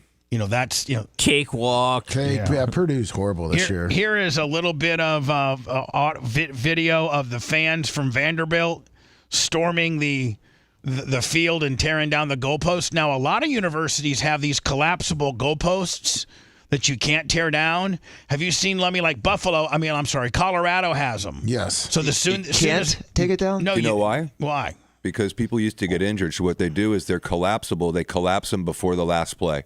so that the students cannot climb them because when they used to come down, they killed people. They put they put security and cops, and they literally have these pins down at the very bottom that they pull, and they collapse, and you cannot do anything to them. Well, Vandy doesn't have the collapsible pins. Right, because it's not reasonably foreseeable they'll ever need to pull them down. Right, it's not reasonable for that they'll ever beat a good team. Well, Vanderbilt got fined, too. What's that? SEC fines all their schools if you take down the goalpost. And it was $100K. How much? 100,000. Vanderbilt said, we'll gladly pay that. It's half the budget this year. Where's the goalpost? They already took it down. Oh, it's already gone. Oh, it's gone. They already got it out of the stadium. I saw a TikTok where a guy was riding the goalpost, and like 200 kids were carrying the goalpost, and he was riding the top of it like he was a Roman Empire. Dude, the one of them rolling down Broadway is funny. It looks like they're a Gays for Palestine protest, but they're all just having a good time. Yeah.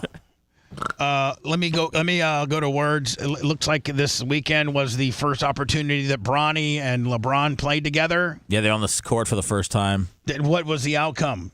I don't think very much. I think Bronny had like 2 points. Okay, but they are. It was his dream. That was LeBron's dream to play with the Sun. Can he quit now? Will this be LeBron's last season? You think? No. I think he's got a lot.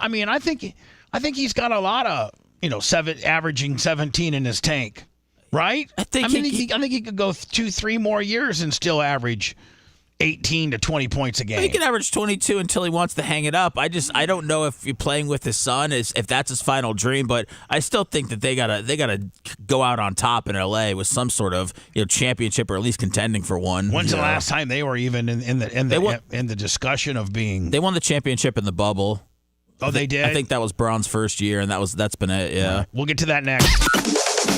If you liked that segment, then you'll definitely like the new redesigned BubbaArmyHQ.com. We'll be back to the Bubba the Love Sponge show after this.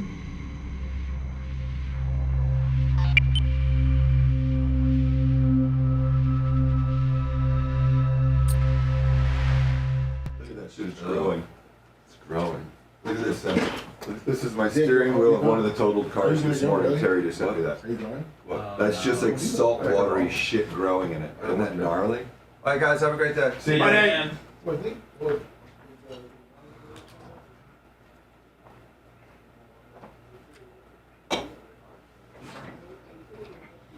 That is unbelievable. Permission to approach, Your Honor? Court.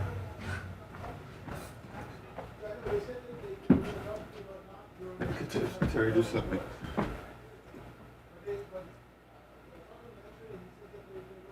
That's just fucking steering wheel growth and mold. Yeah.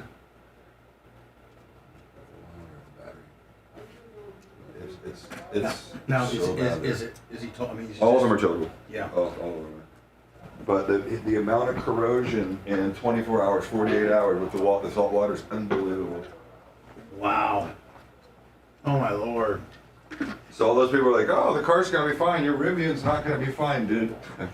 Once the salt water accumulates, you're fucked. Or you can go on as an illegal migrant, apply for asylum or apply for parole, and be granted legal status at the wave of a Kamala Harris open border lawn.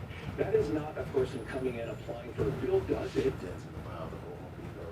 I just told me to go order it online instead of going there.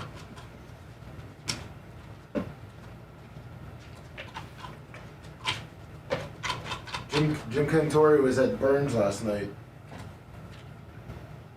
That motherfucker. So he's staying here in Tampa. You piece of shit, motherfucker. You piece of shit.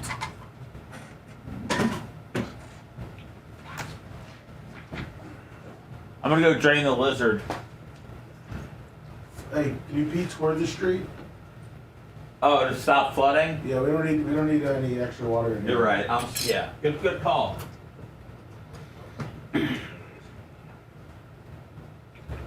It's funded, it's supported by the people who do it, and it lets us keep our dignity about how we treat other people.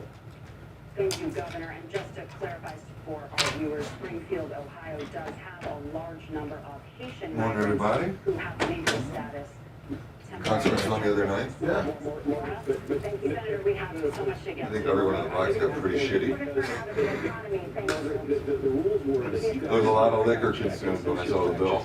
Really? Oh my God. Say what's actually going on. So there's an application called the CBP1 app, where you can go on as an illegal migrant, apply for asylum or apply for parole. Well, they were just ordering bottles. I found that out afterwards. A Kamala Harris open border lawn.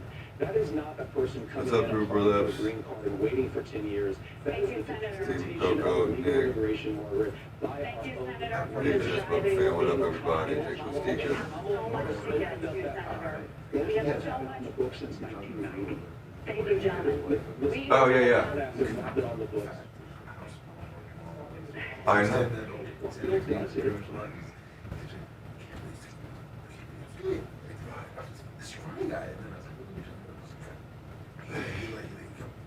Here we go. We've been waiting for it. It is the preseason fight. Back in the den. There's the guy in the middle, and you're like, that's him. Yeah.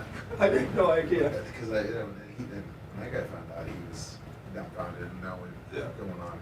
I thought he'd be like a timid, Yeah, bigger. Yeah. I thought he had a bigger stature at least. No wonder he gets so shit-faced. Give him one beer, he's going to fall over. That's a Sicilian redneck. How you doing, guys? Mitch. What's up, Kenny Powers?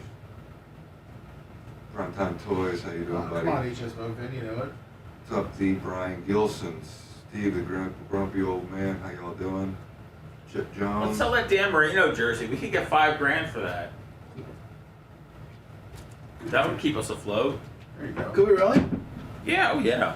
No, for real. Yeah. Absolutely. And that's not a that's a real jersey. Yeah. Yeah, for sure. How about my Dick Buckus one that says Hall of Fame? Yeah.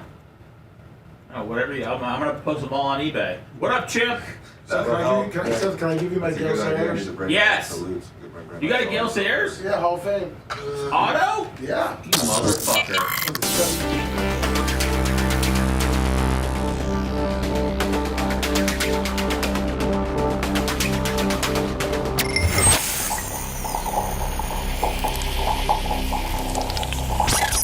Broadcasting live from the Aquabito studios. Aquabito.com, promo code Bubba. It's the Bubba the Love Sponge Show.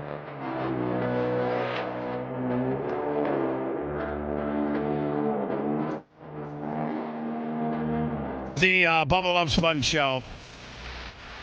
It's looking like, as we're making plans for Hurricane Milton, they're saying landfall is going to be in the Tampa area. What, Wednesday night, Thursday? No, is it Thursday night? Is it Wednesday night? Wednesday night now. Wednesday night, like 10, 11? Yeah, about that. So I think we should be able to do a Wednesday show with probably definitely Thursday and Friday off, tentatively. That's what we're planning on. Okay. Things, all that can change based on, if we would get lucky and, this thing would wobble southward like Charlie did and we not have near the event that we are slated to have, things could potentially change. We're hoping this in all the years I've been on the radio in Tampa since 1992, with the exception of the Charlie scare. This is the most concern that I've had. I just saw on chat Bob Cook said that gas stations already running out of gas. Oh, great! And that grocery stores are running out of food. Yeah. And so, it's kind of you kind of got the hand you're going to be dealt what you got. I mean, you could probably go get some fuel somewhere, Yeah, there's that app. I think I don't know if it's still a thing. I used it during Irma Gas Buddy. Yes. Where it tells you what the closest gas stations are that can help you out. Yeah, there were lines going last night. I was trying to get some generator fuel. Right. But, yeah. I might go looking for some fuel. Wait till dark tonight. That's what I did. There was lines everywhere. Had to get fuel in my son's vehicle yesterday afternoon, waited in line, and then I wanted to top off my wife's car last night because I'm trying to top everything off, and so I went at like 11 o'clock to 7-Eleven. There was no one in line, and there was fuel still. So anyway, we're kind of in a wait and see. I think the next 20. I think by tomorrow morning, we will have maybe a better understanding. It's time to get alpha with this storm, Bubba. Well, we're gonna whip this. We're gonna whip Milton's ass. We're gonna teabag him. Like I'm staying in my apartment. Tampa strong. I'm staying in my apartment, and I'm driving my truck over to the studio Wednesday night with your shotgun here. Oh, I'll be well armed. You have to be. I don't want anybody to. Broadbeck might seek shelter here. Loot my place. That's the truth. That's the last thing I'm doing. I'm leaving with my, at the very, very last moment. I'll be there until then, armed. Right. So I'm coming over here as, and if the building, I'll be monitoring. I'll probably be sitting there in the green room, Lummy, because we have a TV in there. Yeah. Just watching the water rise. Watching, I'll be in the green room with the TV on until we don't have any power. You have a generator here? Yeah. Oh, good. I got gas. Nice. But he's fine. He can survive 2 years without power here. Oh yeah. So this was a video taken. Is it Greg Zuerlein? How do you say the guy's name? The kicker for the Jets. Yeah, Greg Zuerlein. Young Jeezy. And isn't he one besides the Tucker dude for the Ravens? I think he's the most seasoned kicker in the league. I think one of them. I don't know who the great kickers are anymore. I like Butker, Creamy Fairbear, and Young Wei Koo. I think I see make field goals. Anyway, this is him during warm-ups, and the cheerleaders decide to come up and do a little cheer, and he's trying to just do some warm-up kicks, and watch this is great concentration. He's like, what the hell's going on around here? So he's like, hold on. He's still not moved those feet. Now, if you look, he actually glances at the goalpost, and then he lets it rip. Watch him glance. Okay, he just glanced, and he's like, I don't think these bitches are moving. I'm going to let it rip.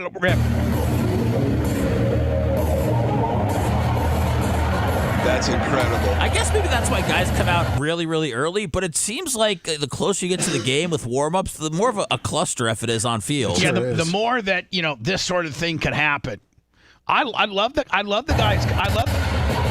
I love his concentration. I love when he looks up at the thing. Right there, he just looked. He says, these bitches ain't leaving. But it's London, Bubba, so they were trying to show off our American babes, right. Hold on, where's that at? Let me, that's the 34. That's a 44-yarder right there. Yeah.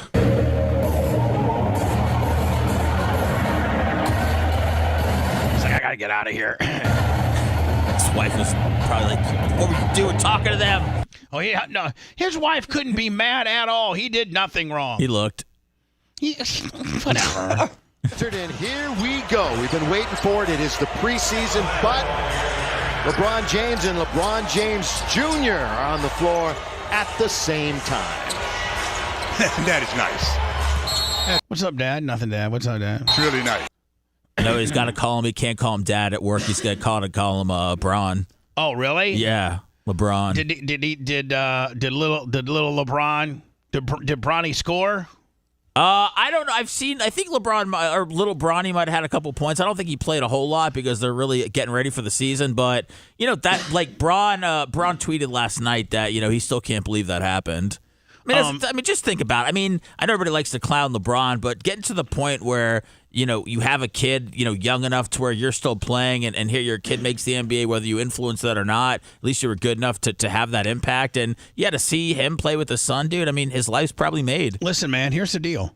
If he impacted the Lakers drafting Bronny, if Bronny wasn't maybe a second rounder, was going to have to maybe try to be a free agent, but it's LeBron. And arguably, although I don't think LeBron is better than MJ, LeBron is in that conversation. He's in MJ, Larry Bird, Kobe.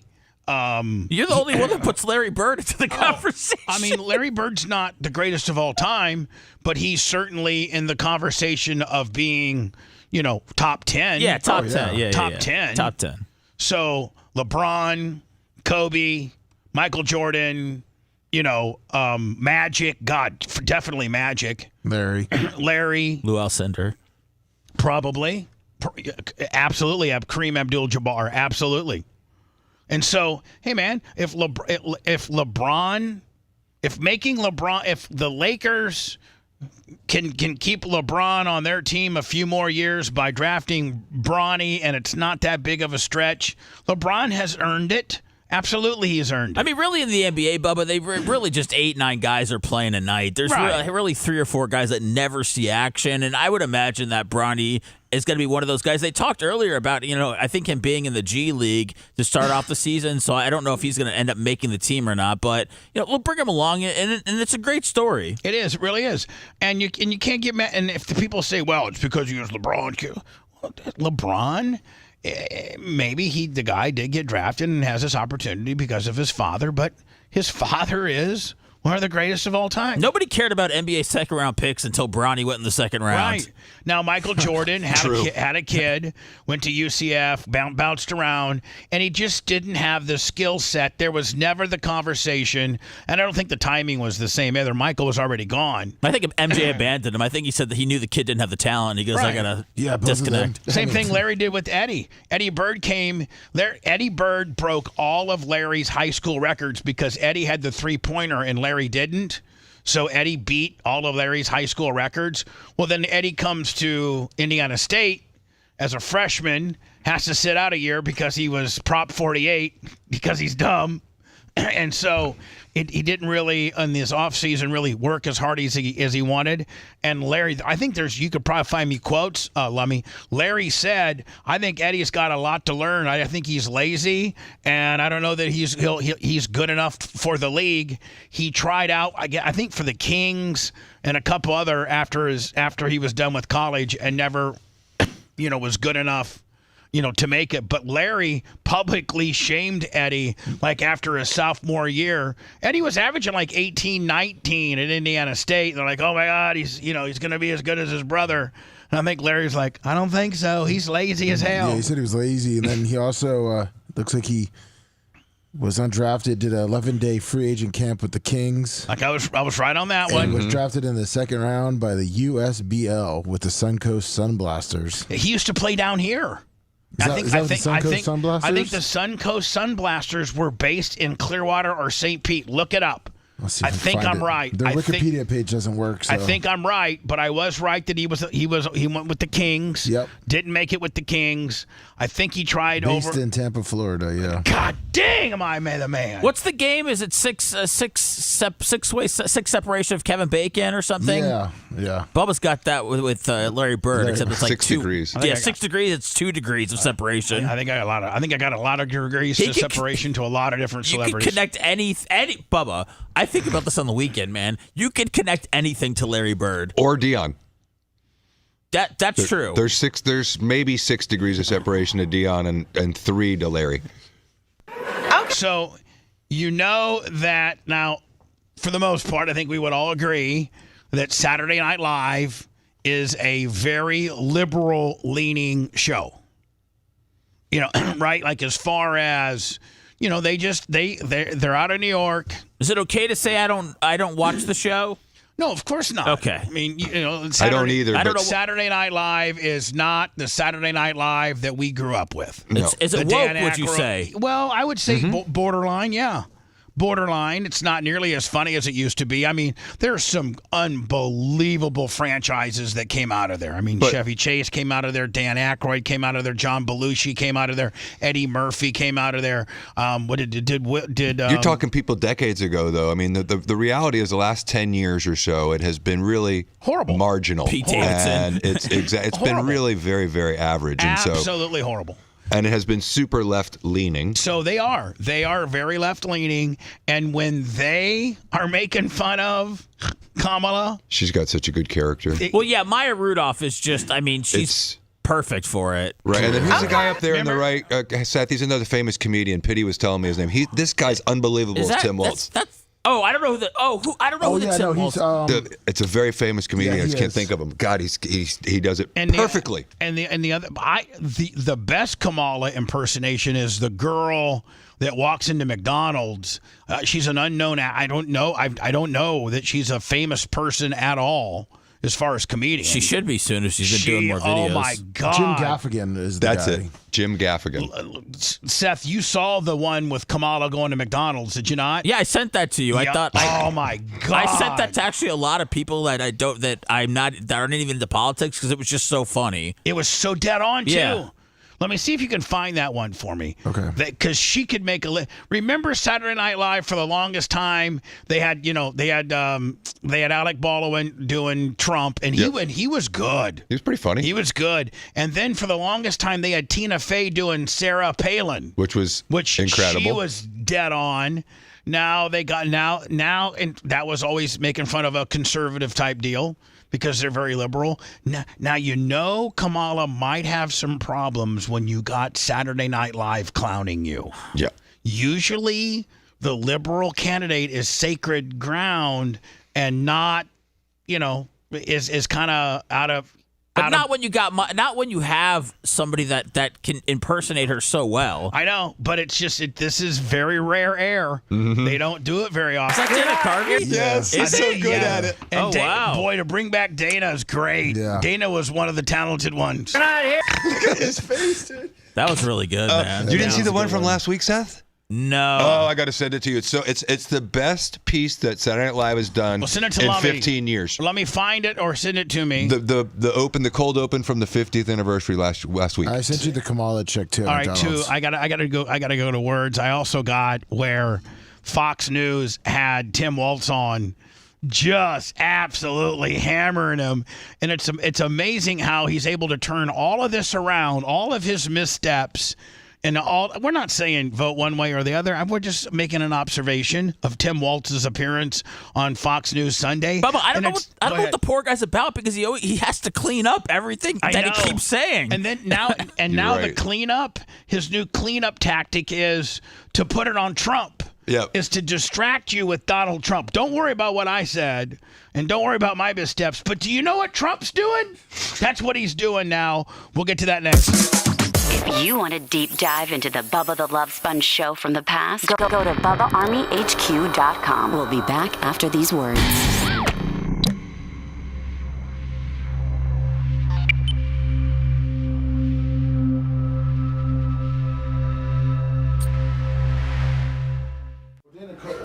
Where should I fast forward to? Where Dana comes out. Where Dana comes out is really hilarious. He's pretty good. Keep going. Oh yeah, it's because I think that Seth is really going to dig the Joe Biden character when he comes out. It's just so funny. Oh, he already nailed it, man. But, 10:20, Bubba. Is when Joe Biden comes out. Right there. Because she calls him Joe Biden. Joe Biden. All right, we got that. Did you send me anything else, Lummy? I sent you the Kamala McDonald's one. Okay. Oh, I haven't seen that. Is it good? Oh. It's right above that. Right below it, Bubba. Right there? X.com, Dragon M. Okay. It was the one right above the video.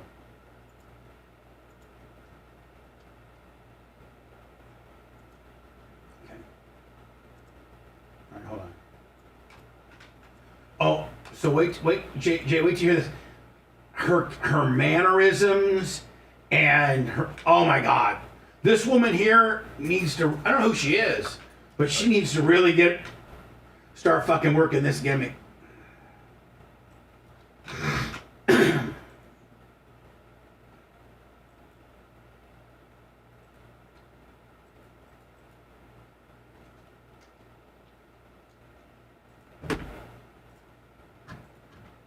Oh, hell yeah, Cash.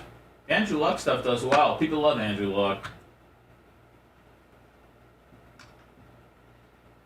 Definitely a Colts fan, Stanford fan. Grab that.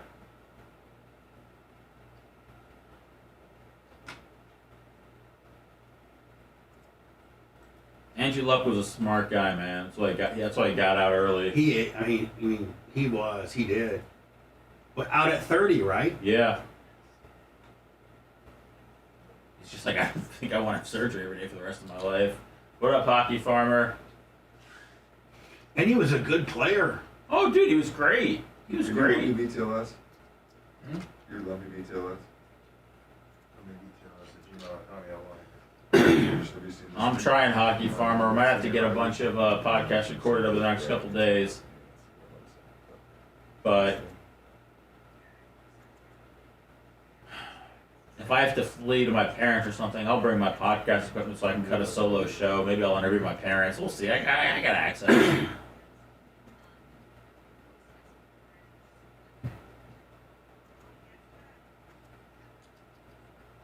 You got it, man. I'll come up with something for you.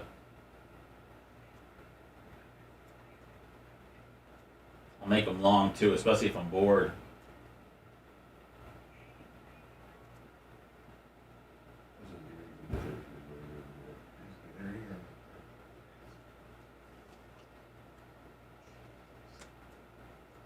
Yeah, it's not bad. Have you seen the big clip together? It's pretty trippy. Yeah, no, I haven't seen it together, but that one. And I won't forget the men who died. I'm like, I don't know that you can go with that, but that clip is pretty weird. Yeah. What's up, Wayne? She actually good, and so I wonder if she has an MP thing there. I'd love to talk to Dave Cush. Dave Cush clams up, or just start telling awkward jokes. It's hard to work with, even as a son. What up, Wayne? I think he said, "What's up, Wayne?"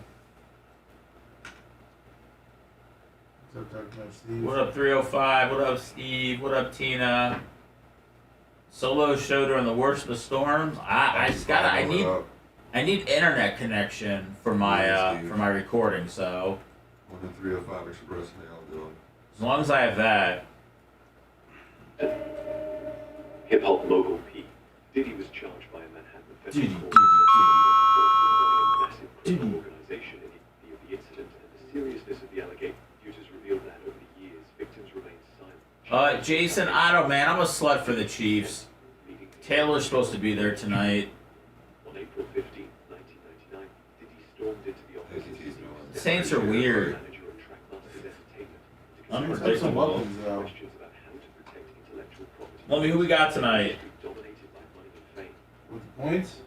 Just in general. Oh, you need straight up? Yeah. Straight up, I'm gonna have to go with the upset. Take the Saints. Woo! Get 305. That's my uniform. Hey, I was unless Swifty's gonna be there. Then. She's gonna be there. The Kelsey probably have 3 TDs. I hope so. Yeah, Rob, you can DM me.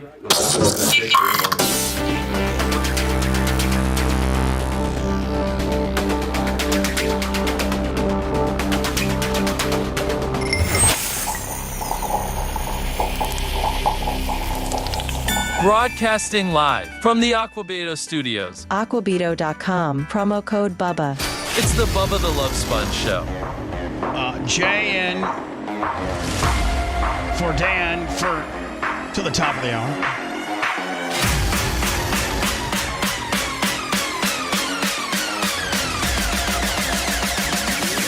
It's touch and go for Thursday and Friday. I can probably promise you that we'll all be here Monday, Tuesday, Wednesday. Obviously, Monday's out. I mean, we've completed the show almost. Gonna do a little. Is the after show in play today? We probably need to do as much as we can, content wise. You mean recording the podcast? Yeah, well, the Monday after show that we always do. The podcast? Yeah. Yeah. Yeah. Like we do on Mondays are that, then Tuesdays Clem and Kush, and then Tuesdays are also Pigmentation. Yeah. No, I like to call it a podcast because I don't want people to think it's just a one-day only event. No. Right. The podcast is up there forever. Right. But we do it on Mondays. That's right, you hoes. Jay, you've not seen this, and I don't know who this comedian is or if this girl is a comedian. I don't know much about her, but she, if Kamala wins especially, well, she does the best Kamala Harris impersonation of anybody I've seen. I've seen the Saturday Night Live stuff now. I've not seen a lot of people try to do it, but wait till you see this. Give me your opinion when it's done.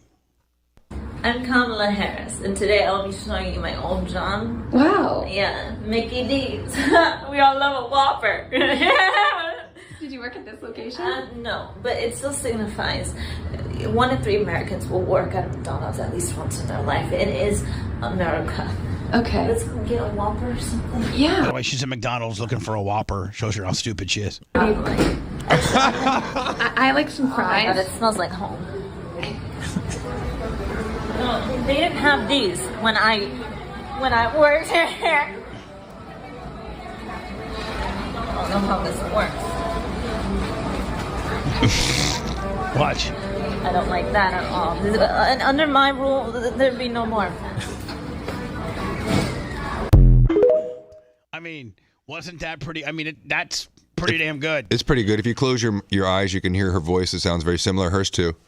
This is from this past Saturday night or 2 Saturdays ago? This was 2 Saturdays ago. This is 2 Saturdays ago, and this is how they opened up the show. It was 14 minutes long. Oh, it was incredible. We fast forwarded it to when they bring Joe Biden on. Yep. Now, prior to, they had the reporter, and then they brought in Kamala, and then Kamala brings in Tim Waltz. Yep. And then I think it goes back to they do the Trump rally versus a Harris rally, and then they have Joe Biden come out. And then they got and then I think they actually have Trump. Is that Andy Samberg? Yes. What the hell? Yes, everyone's coming out for this thing. They got a jeez. And then Trump comes out, and then they bring they bring Joe Biden. You got to have her say it though. The way she says it. Go back 10 seconds. They got into the Candace Owens thing that's really breaking down Kamala's blackness, where Candace Owens, Lummy, has done some full-blown investigation and hired some family tree expert, and they're investigating this, where Kamala Harris's family actually owned slaves. Yeah, have you seen that? On the family, her family genes. It's right, and Candace Owens is breaking it down, man. Man, that felt good. And Donald doesn't think I'm black. Okay, listen up, everyone. We couldn't have gotten here without one man, and his name is Joe Biden. Get on out here, Joe Biden.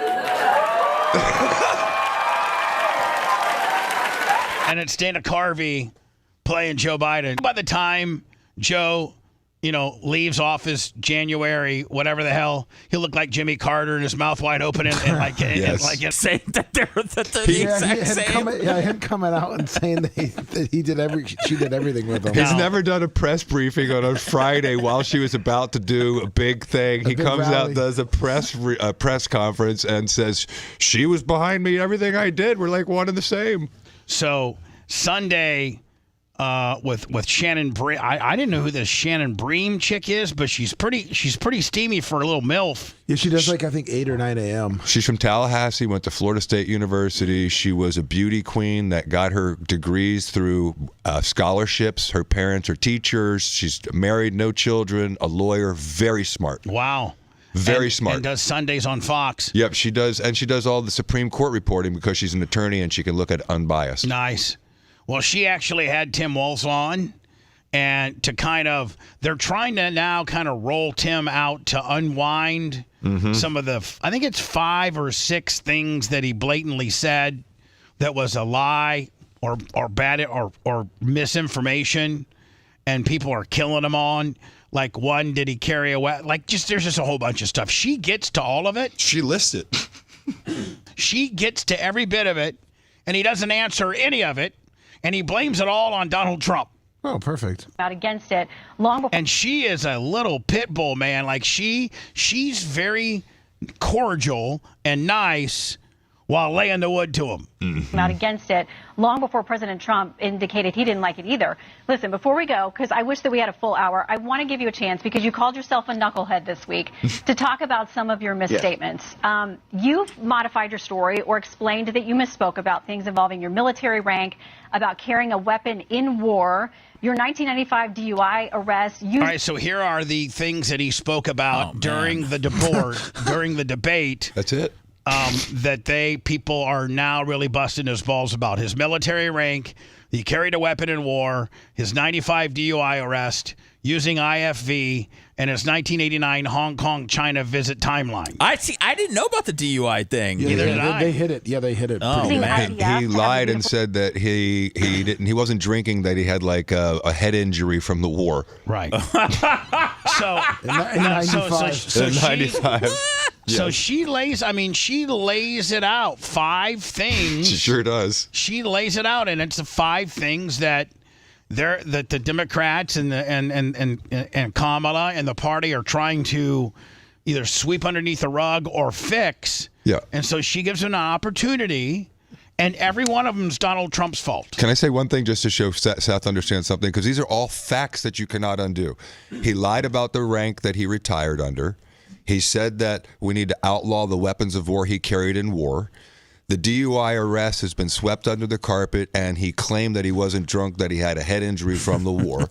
He said his wife and he conceived with IVF his children before IVF was invented.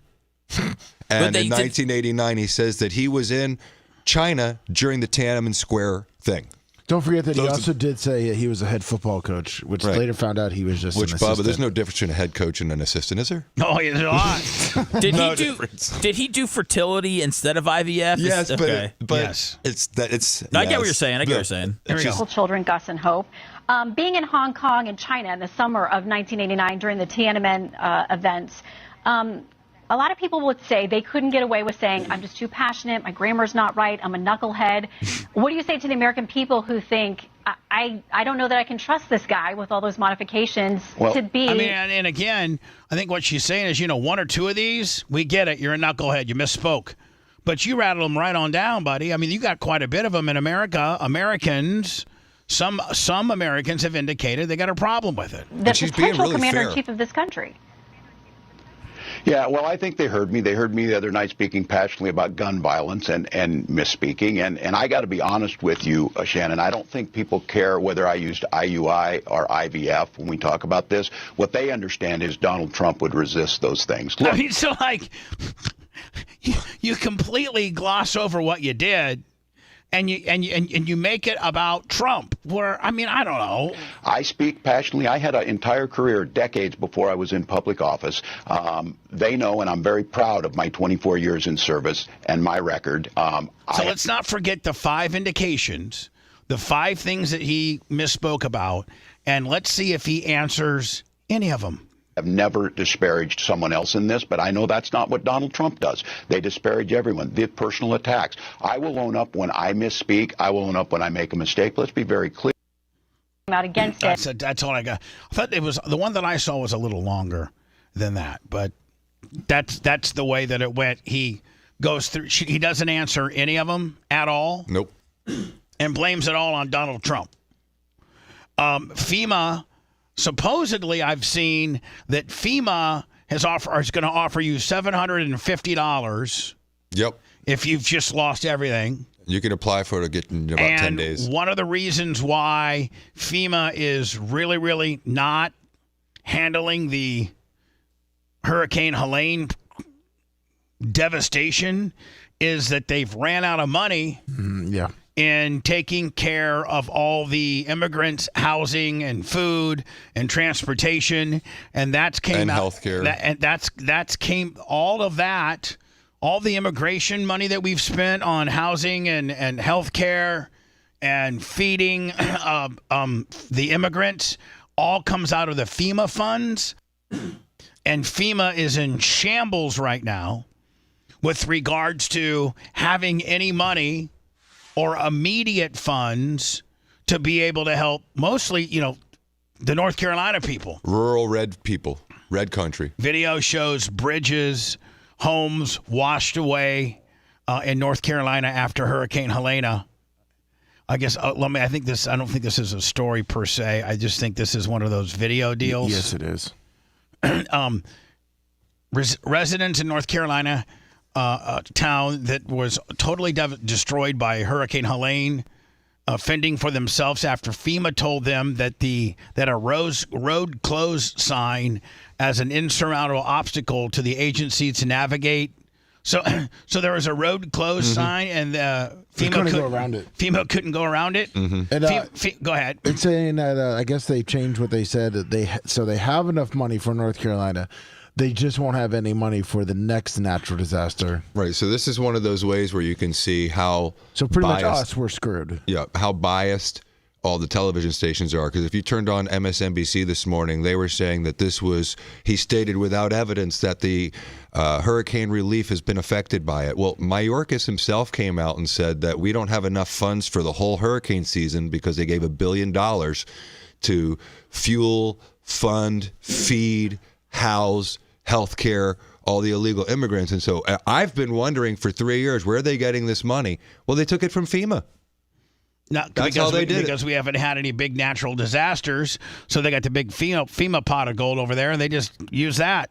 Yep. Here's Elon Musk. I guess Donald Trump over the weekend made a revisit to Butler, Pennsylvania. They're estimating 100,000 people attended. That's what I'm hearing. And Elon Musk got on stage, and the place went wild.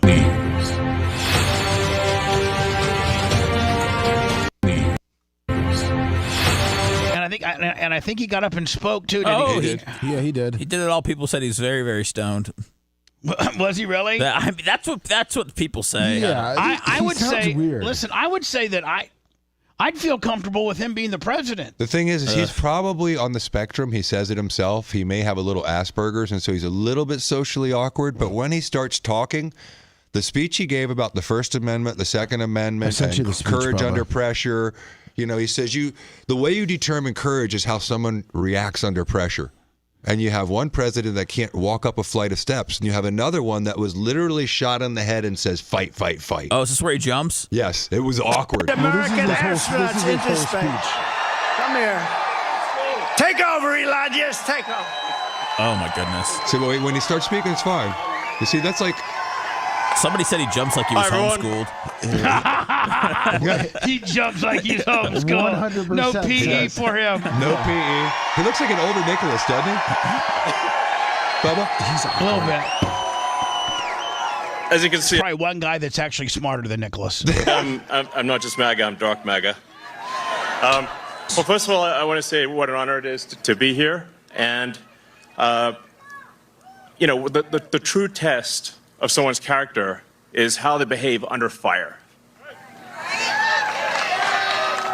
And we had one president who couldn't climb a flight of stairs, and another who was fist pumping after getting shot. Fight, fight, fight! Blood coming down the face. Now, Is this Donald Trump's Jimmy Hart? Yeah, exactly. Ed McMahon. Right? Is the home of the brave. And there's no truer test than courage under fire. So who do you want representing America? Yeah. Well, this is note-free. Absolutely. And I think this election, I think it's the most important election of our lifetime.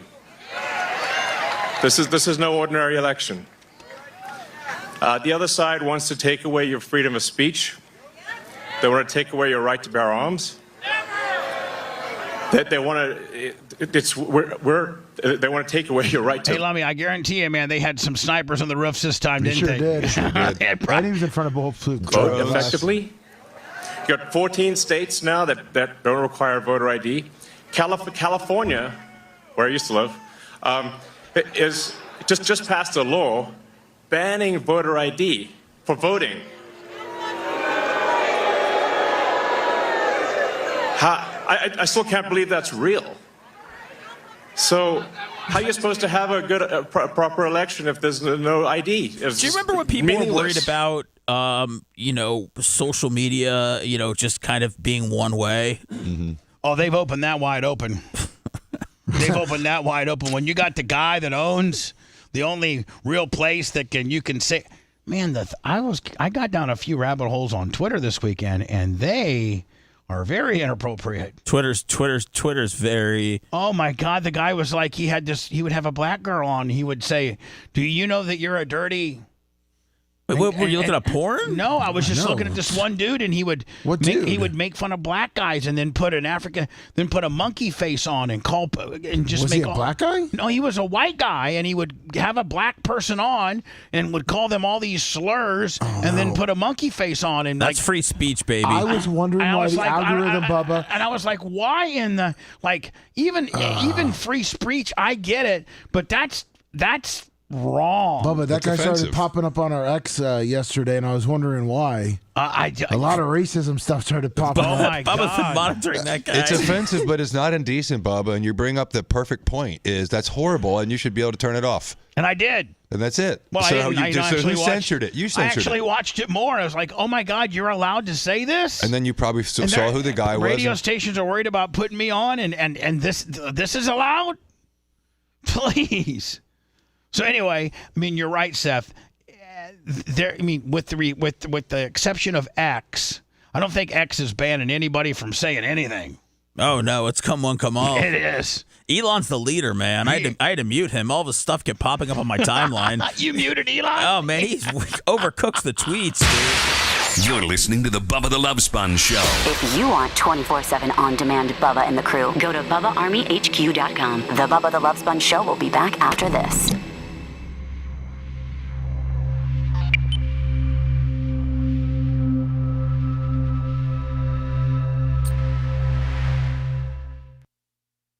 Insert him into the algorithm more.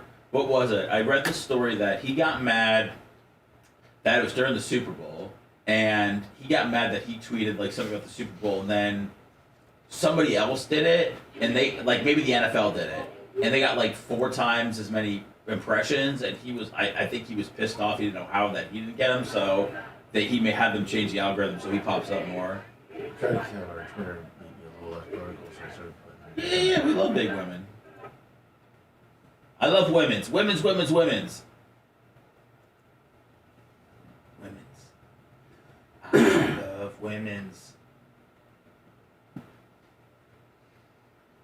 Yeah, empty shelves is good content. Oh yeah, actually sent me a picture where she went to Walmart. It's like, Nothing freaks people out like seeing one of those, and you feel like you're the only person on earth that doesn't have food and water.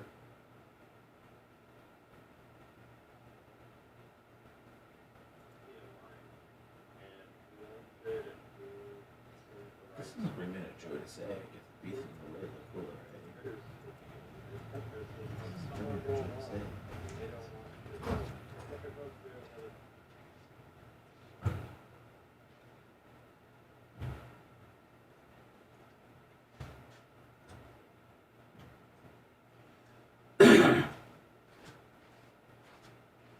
Angel Reese in the house for the big dub.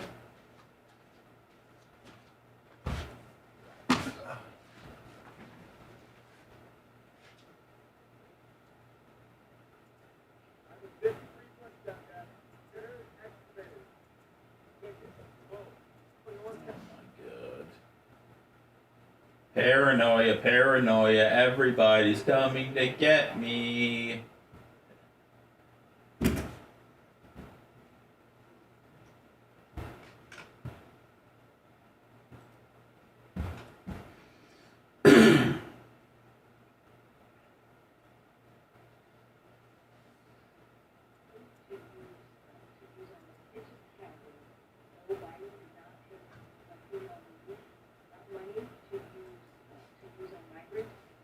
Matthew. Administrators have been meeting with city officials on site to coordinate available federal support from FEMA and other federal agencies. Funding is also with you, done CJ. FEMA's emergency food and shelter program to eligible local governments. All that's coming with me, our tight ski pole. On my body. But if you're bored, then you're boring. I cut off my leg now. I'm in amputee. Go fuck off.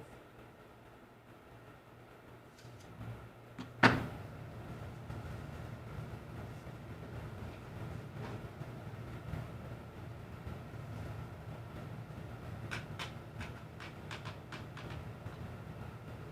think your team's going to appreciate it.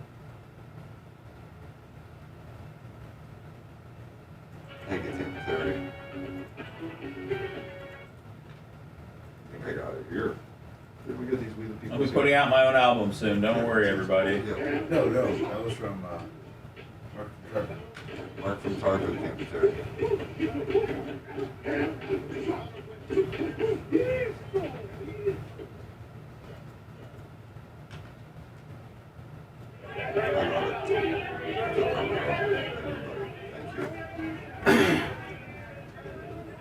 I'm not sick, but I'm not well. And I'm so high. 'Cause I'm in heaven. Been around the world and find the only stupid people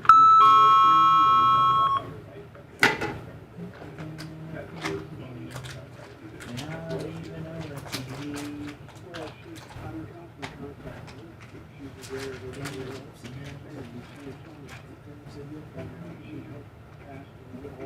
When I feel a bit naughty,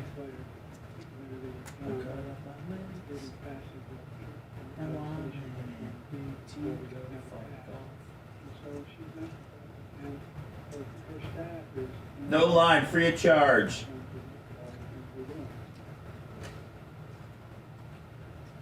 I feel like that's the way you lullabied your daughter to sleep. I'm gonna singing songs you liked in a way that would sound nice to a child, but probably songs that were like, you know, good songs.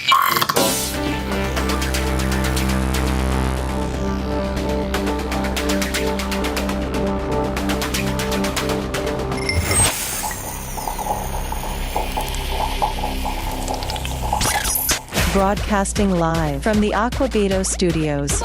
Aquabito.com. Promo code Bubba. It's the Bubba the Love Sponge Show. Sorry, we'll do an after show today. That will be a podcast only. Me, Lummy. Lummy, you're available? Yes, sir. Okay. Seth, the rest of the guys. Wanted to blow through a couple little quick things before we left you.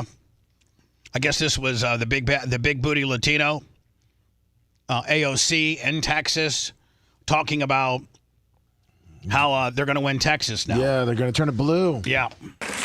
It is important because when we win Texas, when we